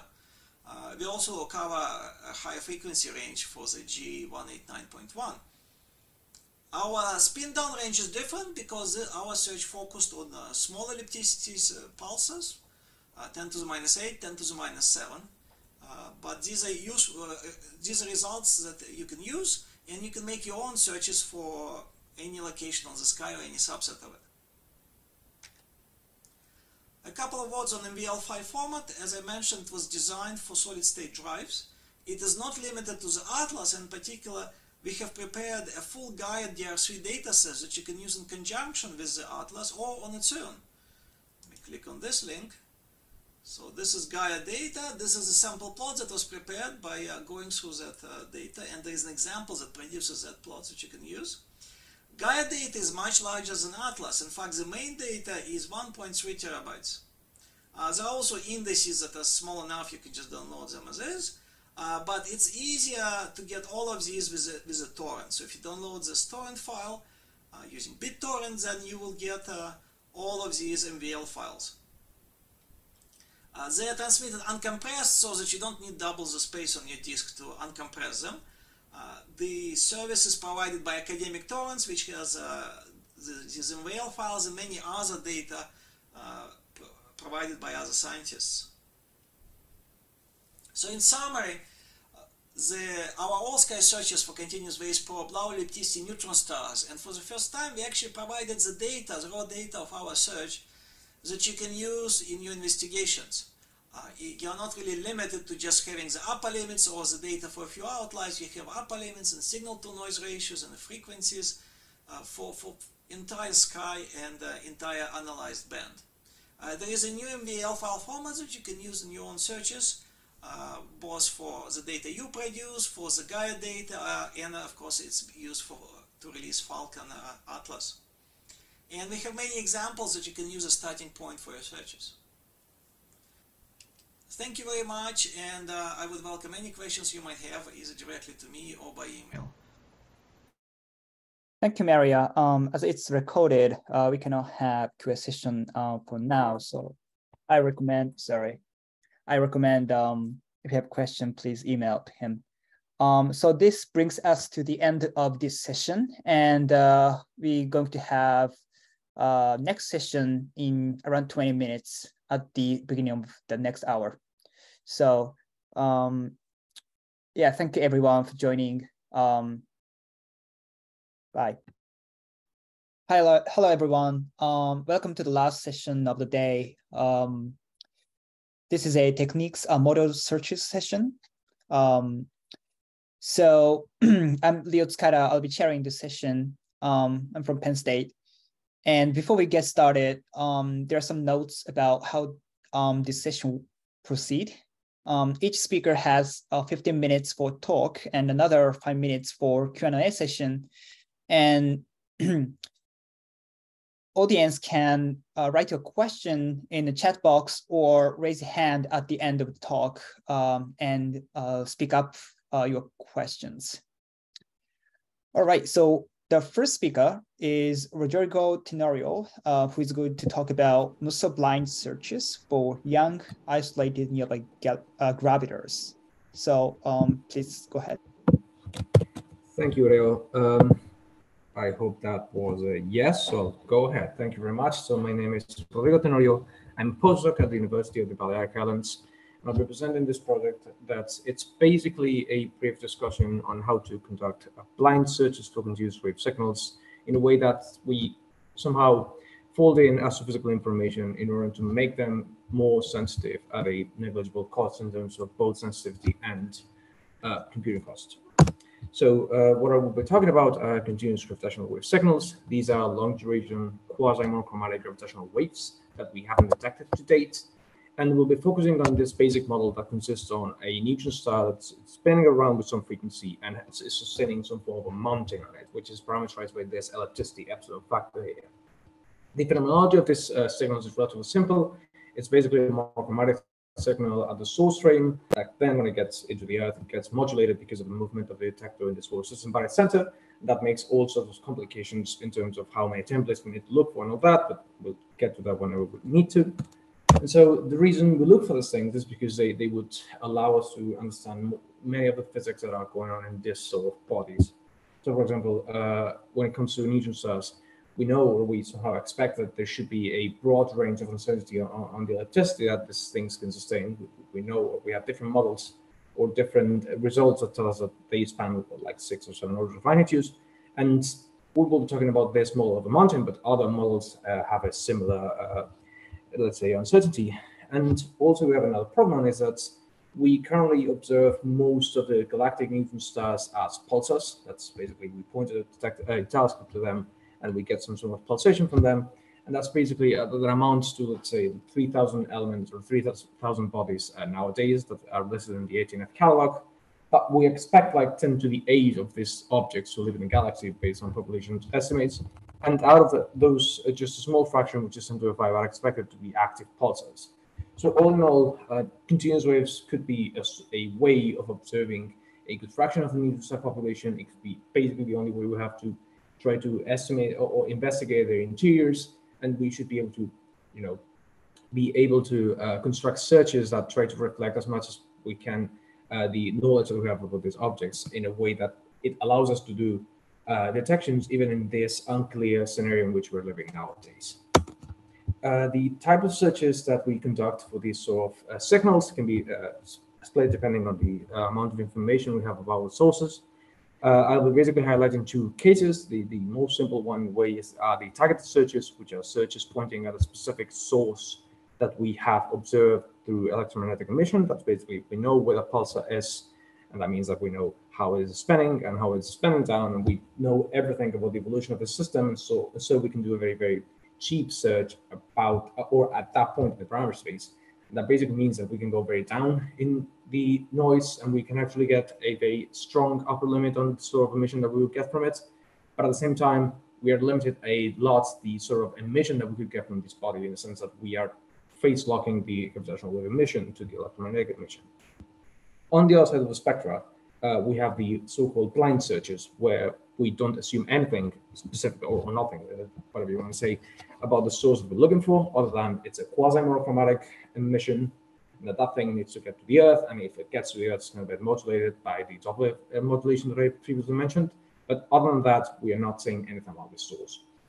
This makes things complicated, because it means that we need to evaluate a very broad parameter space, and so the computing cost in which we would be incurring if we were using the match filtering methods that we are using for other kinds of like targeted searches, we wouldn't be able to run those searches because of the high computing cost. Hence, we come to use this so-called suboptimal methods that we'll be talking about later. And that basically, what it does is that it trades some of the sensitivity of our search by in exchange of lowering the computing cost. But I want to highlight something here, and is that when we talk about sensitivity of our searches, we should be not focusing only on how sensitive the method is, but also how well modeled the physics that we are dealing with are in our method, in the sense that if we try to make a sensitive method, we need to take into account those 2 things. We'll be talking about that later. So the way to run this search is relatively simple. So on the left-hand side, you have a spectrum.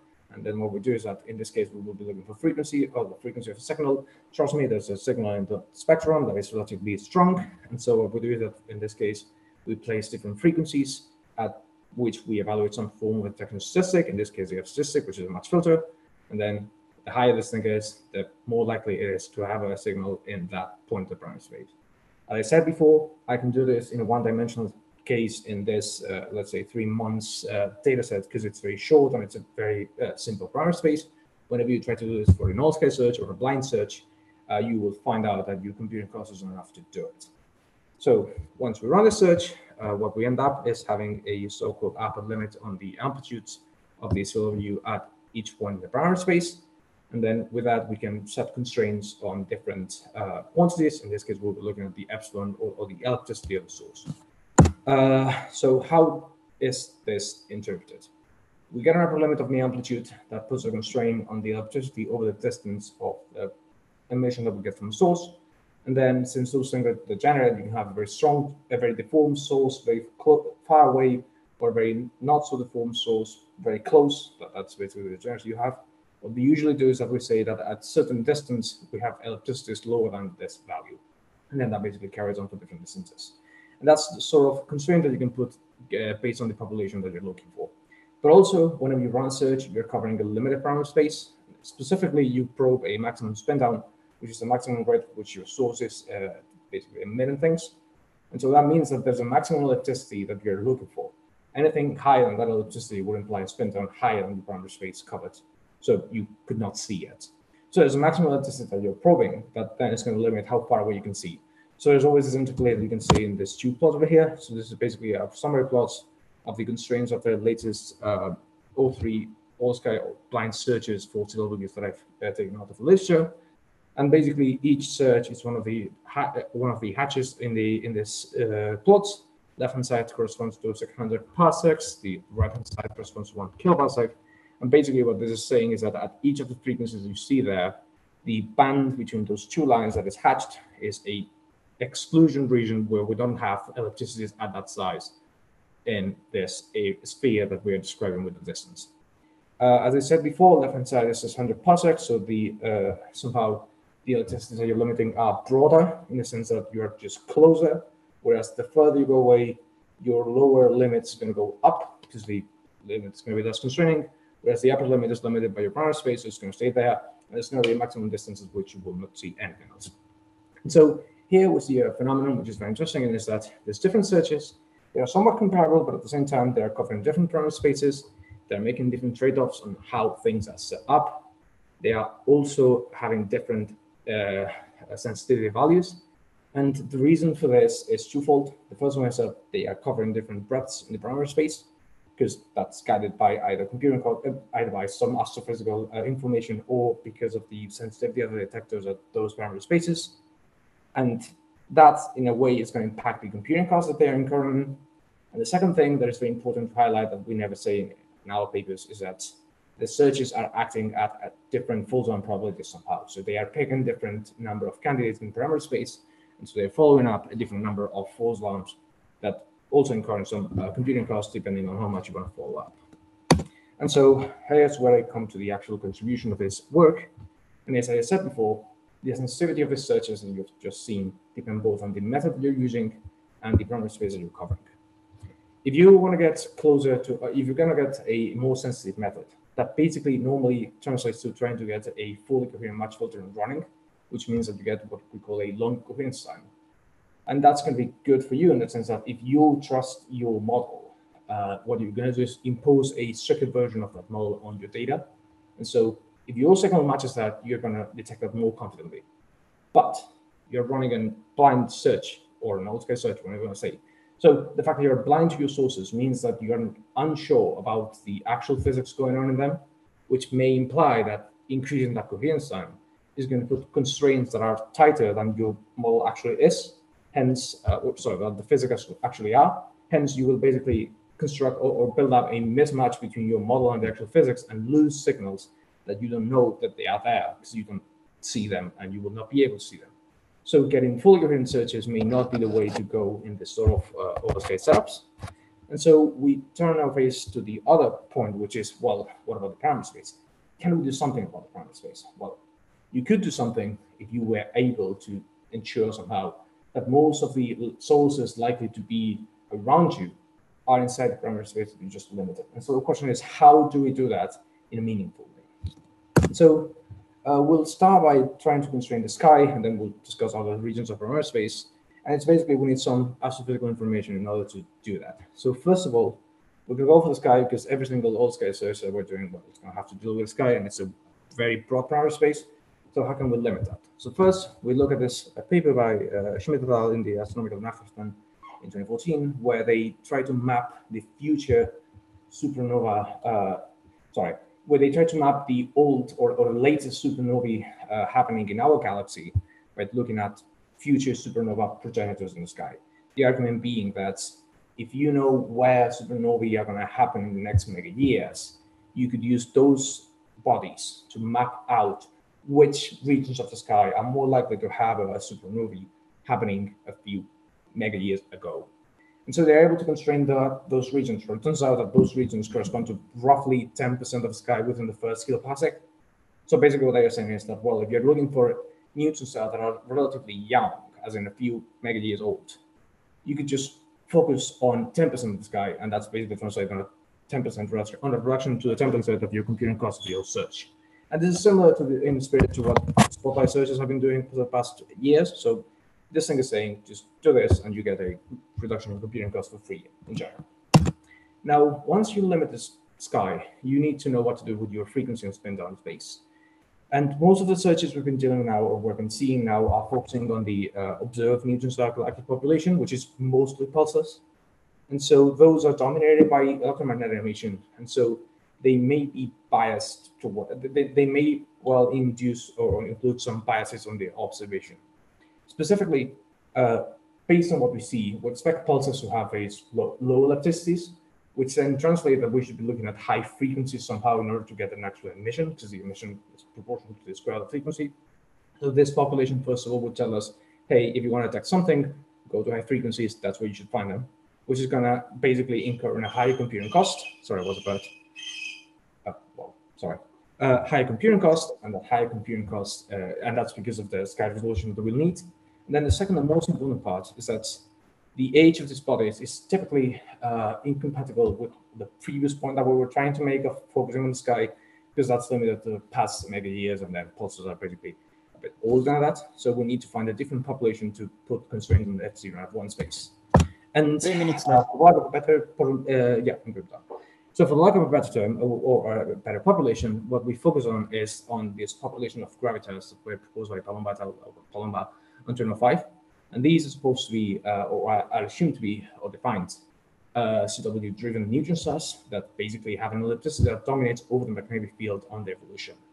And so these things, as we saw in the previous session, may be very complicated to model because they may be too young and then have a very complicated evolution. But it turns out that if you have a neutron star that is at least 5,000 years old, you can still model their evolution using the linear spin-down model. And the nice thing about this body is that if you focus on their first mega years of age, what you'll see is that depending on their ellipticity, they're going to tend to cluster at below 1,000 hertz, and the higher the ellipticity, the closer they are to the bucket of the detector. So these are like the opposite of pulsars. They are not expected to be found at high frequencies. Rather, they will be found at lower frequencies if they are there. And because of the difference in the emission mechanism, we expect these things to get lower spin downs than those of pulsars in terms of the F1 parameter. And so grouping everything together, what we are just saying here is that if we focus on this gravitar population, we can reduce the area in the sky that we need to look for by a factor of 10, which is going to translate into 10 times lower computing cost. Then we'll have a lower frequency to focus on that's going to reduce further the computing cost. And then on top of that, because of the different emission mechanism, the overall size of the parameter space in the spin down is going to be 10 times lower approximately. So basically, it's lower. What we're saying here is that we can run a search with current methods. It's going to cost us about 100 times less than what it does normally. And it should have roughly a similar expectation of finding a signal in the nearby galactic neighborhood. So just to conclude this, we basically argue that blind searches are a promising avenue to detect CW signals. And because of the lack of specific astrophysical priors on their searches, they tend to be very expensive in terms of computing. And so what we propose here somehow is to try to guide these searches by using a population of which is compatible with gravitars. And because of the properties of this population, we're able to construct searches that are cheaper, and they're expected to have similar sensitivity thank you very much. I'll take any questions. For that, let me stop sharing my screen. Thank you, Rodrigo. Now we have Q&A session. Does anyone have any questions? Carl, please go. Hi, Rodrigo. Very nice talk. Just occurred to me that one of your ideas was to kind of target parts of the sky where we see kind of young supernova remnants. So we know there's this, as you mentioned, there's this sort of relationship between the distance that we can see out to and the spin down. Just occurred to me that one thing, maybe another approach to limiting the spin down range would be to basically tune the distance to where these regions are in the galaxy. So instead of just looking at a sky direction, you could actually tune them to looking at these sort of interesting sky formation regions, which maybe turned out to the same as what you've done, but don't know if that's something you've thought about or dismissed or. So, yeah, so there's two things going on here. So first, the distance to this region is given by observations. So basically, what the study does is that they observe different stars and then try to classify them in a way that they are compatible with supernova progenitors. And so the distance, they reach basically 1 kiloparsec because that's when the sample size starts to be incomplete. But then on the distance thing, so it's normally the other way around. So you end up reaching that thing with the distance, but the spin down somehow has to be tied not to the distance, I would say, or I would argue, but rather first to the electricity, because that's the fundamental thing somehow. And if you do that appropriately, yeah, that's kind of the point. So this priors on the sky are only valid for nearby distances, which is basically at most a kiloparsec and don't go too much further away. So I would argue, if I'm going a bit by heart, but I think that if you do that and you take any realistic spin down value, you will get distances that are well within that range. So yeah, I would say everything is compatible. I think that's the answer. Okay, thanks. I actually have probably my naive question. So even if you can narrow down the sky area you search for, is there a chance that the search pipeline can pick up the signal that comes from other regions of the sky?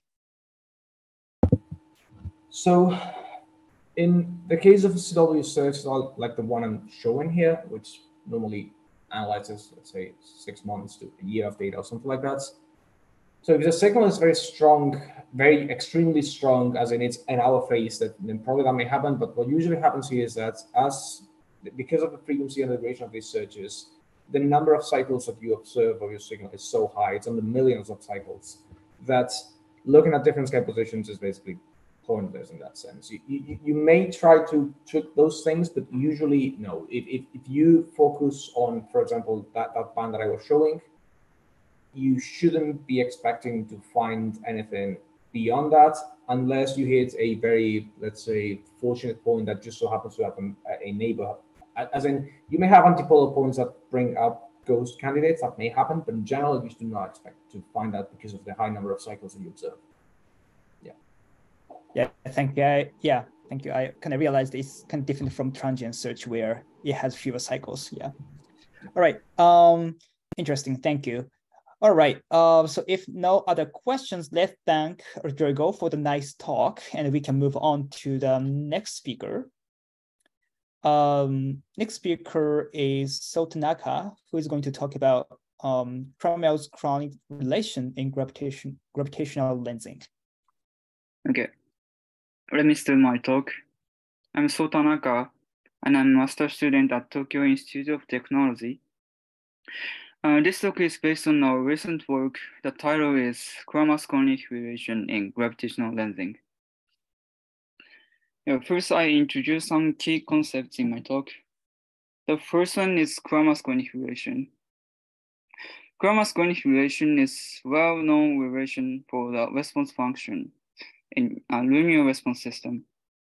An example of linear response system is dielectric, and in this case, response function is refractive index.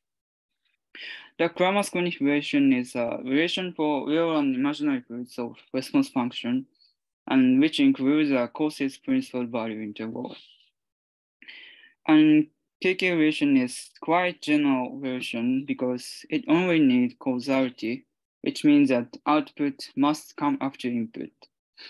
This concept is very important in derivation of KK relation, as we'll see later.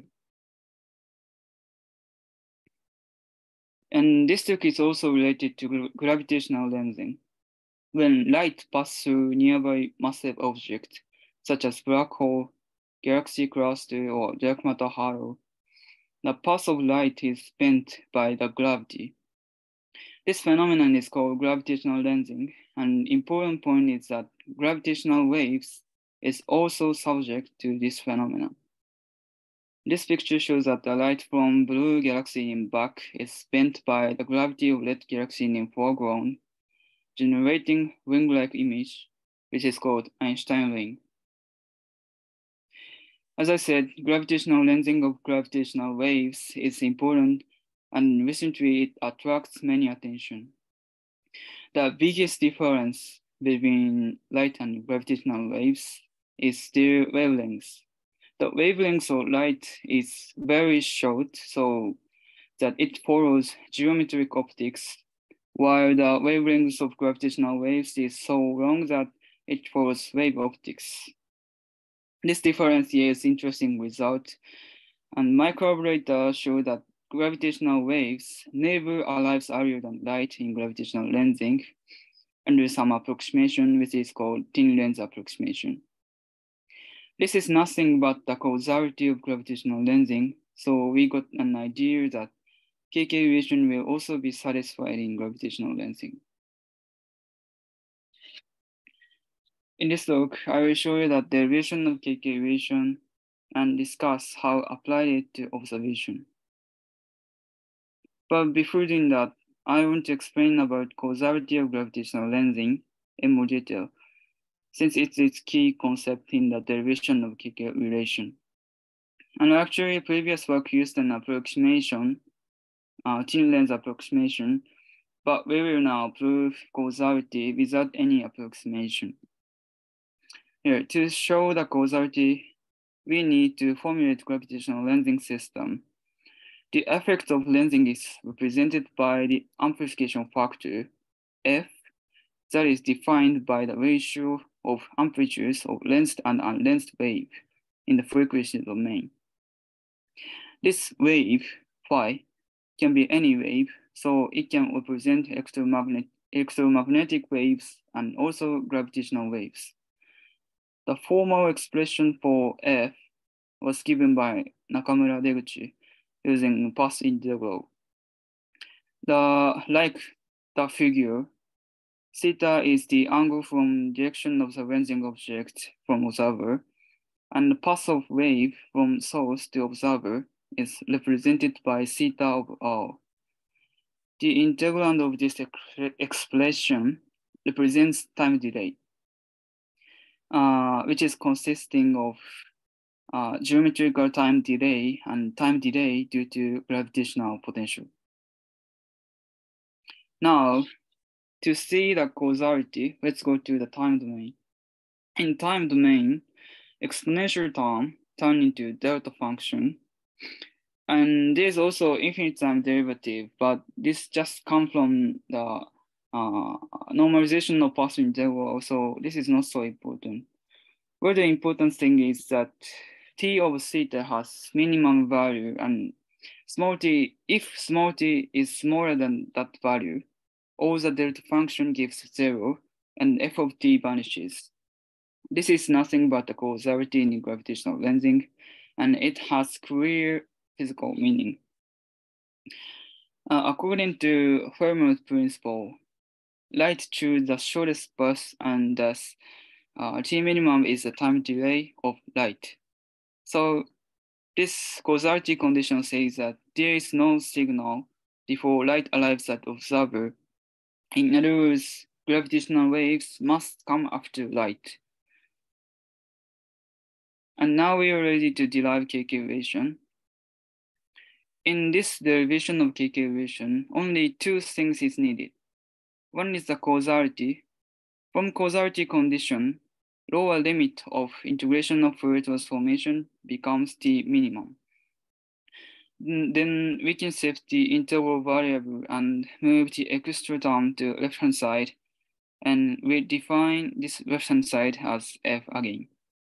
And this is the same as setting T minimum to 0, and this is justified because we cannot directly observe T minimum itself. Yeah, important thing here is that the last term in right-hand side is exponential term. Since small t is always positive in this integration, this term exponentially converges in the upper half of complex omega plane, which we call I plus. Because of this, f of omega is regular in I plus, and this is a consequence of causality. And the second thing we need to prove KK equation is boundary condition for f. We require that f equals to 1 when omega equals to 0, and f is bounded when omega goes to infinity. The physical meaning of these conditions is that extremely low frequency, in extremely low frequency, gravitational lensing never occurs, and at extremely high frequency, amplitudes of lensed wave is finite. With these two requirements, the derivation of KK equation is done by Cauchy's integral theorem. We consider the integral of this combination of functions and take integration paths like that figure. Obviously, integrand has a pole at omega and does not have pole in I plus due to causality condition. Then from Cauchy's integral theorem, we can write down an equation for f and take the real part of it, we get KK equation in gravitational lensing. As you can see, KK equation is a relation between real and the imaginary parts of amplification factor. This is one of the main results of our work. Yeah, so far we've been discussed the derivation of KK equation, and from now on, we will discuss the observational application of KK equation. Yeah, in observation, the amplification factor is important quantity because it has information of lensing object. So we want to determine the amplification factor from observation. And we now consider the observation of gravitational lensing of gravitational waves. The first step is observing lensed gravitational wave. Then the second step is that assuming the unlensed wave, which is called template of gravitational wave source. And the last step is determining the amplification factor by the ratio of lensed and unlensed wave. However, we now faced in a problem. In principle, we cannot know what is the true template. And forced selection of template results in forced amplification factor. We will show that KK equation will solve this problem because KK equation is violated by using forced amplification factor. Now let us denote force quantity with hat. Then forced amplification factor is written by f hat. Since f hat is not physical response function, the Kramers-Kronig relation will not be satisfied. So the left-hand side and right-hand side of KK equation will not be equated, and we denote difference between both sides as delta template. And delta template is violation of KK equation due to forced selection of template. So by checking the violation, we can dismiss forced template. So KK equation can be used to check whether the amplification factor is correctly determined. And this is the logic of our application method. However, there is another cause of violation. In real observation, observable frequency is limited, so integration range, which appear in K equation, must be truncated. This modifies K equation. Of course, left-hand side and right-hand side must be different. And we denote this difference as delta truncation. And actual violation is the sum of delta template and delta truncation. And therefore, even if template is true, violation of K equation will be non-zero due to the limited range of frequency. We investigated this delta truncation, and this is a plot delta truncation versus frequency. You can see that delta truncation is almost constant in frequency, and this behavior does not depend on what the Lensing object is. And we can find that delta truncation is much smaller than unity, and when the lower limit of frequency is much smaller than inverse of short radius of lens mass. From this, we can say that when omega minimum is sufficiently small, delta truncation becomes negligible, and the violation of K equation is only due to false selection of template. Therefore, we can use K equation to check whether the amplification factor is correctly determined. Yeah, let me summarize my talk. Okay. Throughout this talk, we discussed K equation and gravitational lensing. Causality is a key concept in K equation, and we find that gravitational lensing has causality without any approximation, and which means that gravitational waves never arrive slower than light. Then we proved K equation in gravitational lensing. That is a relation between real and imaginary parts of amplification factor. Finally, we also think about its application to the observation, and we propose that K equation can be used to check whether the amplification factor is correctly determined. That's all. Thank you. Thank you for a nice talk. Now we have 5 minutes for Q&A.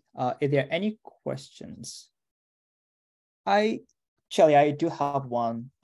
So in reality, so it's pretty cool that amplification factor can be determined using the relation. In practice, given the uncertainty of the measurement, you cannot have exactly 0 between right and left hand side. And so is that going to be like some distribution of application factor at the end? So my question is, how do you take into account the measurement error? Okay. So yeah, actually I ignore the measurement error, but if we also consider the measurement error, K equation is also violated, of course, but in the real observation, measurement error, in other words, SNR, if SNR is sufficiently large, measurement error, violation of K equation due to measurement error becomes sufficiently smaller than the error due to truncation of frequency range. So we get results that measurement error will be ignored in the real observation.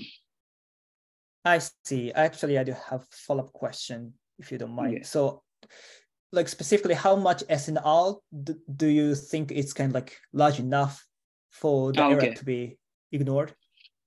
10 times 3, I think. You mean 1,000 or? Yeah, 1,000, yeah. Okay, that's okay. I see, so it needs to be pretty big. I see, thank you. Is there any other questions from audience? If I may, I have another question actually. When you derive the causality of gravitational lensing, qualitatively, I see that the light and gravitational wave have, different frequencies. So the way it's affected by lens is different. But looking at math on your slide, it wasn't clear to me what the critical difference between light and gravitational wave. Okay. In the light, if wave is light, so amplification factor is expressed by path integral, as you see, and if frequency is very high, then the exponential term of path integral is suppressed. So the only remaining path is shortest path. This is nothing but the Fermat's principle,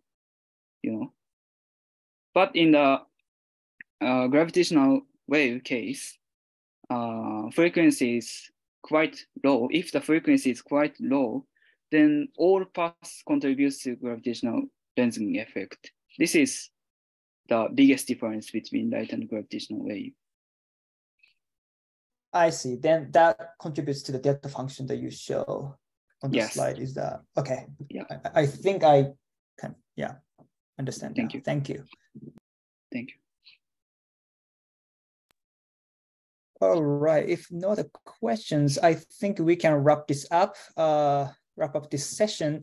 So thank So for the nice talk, and I guess then we can call it for this session.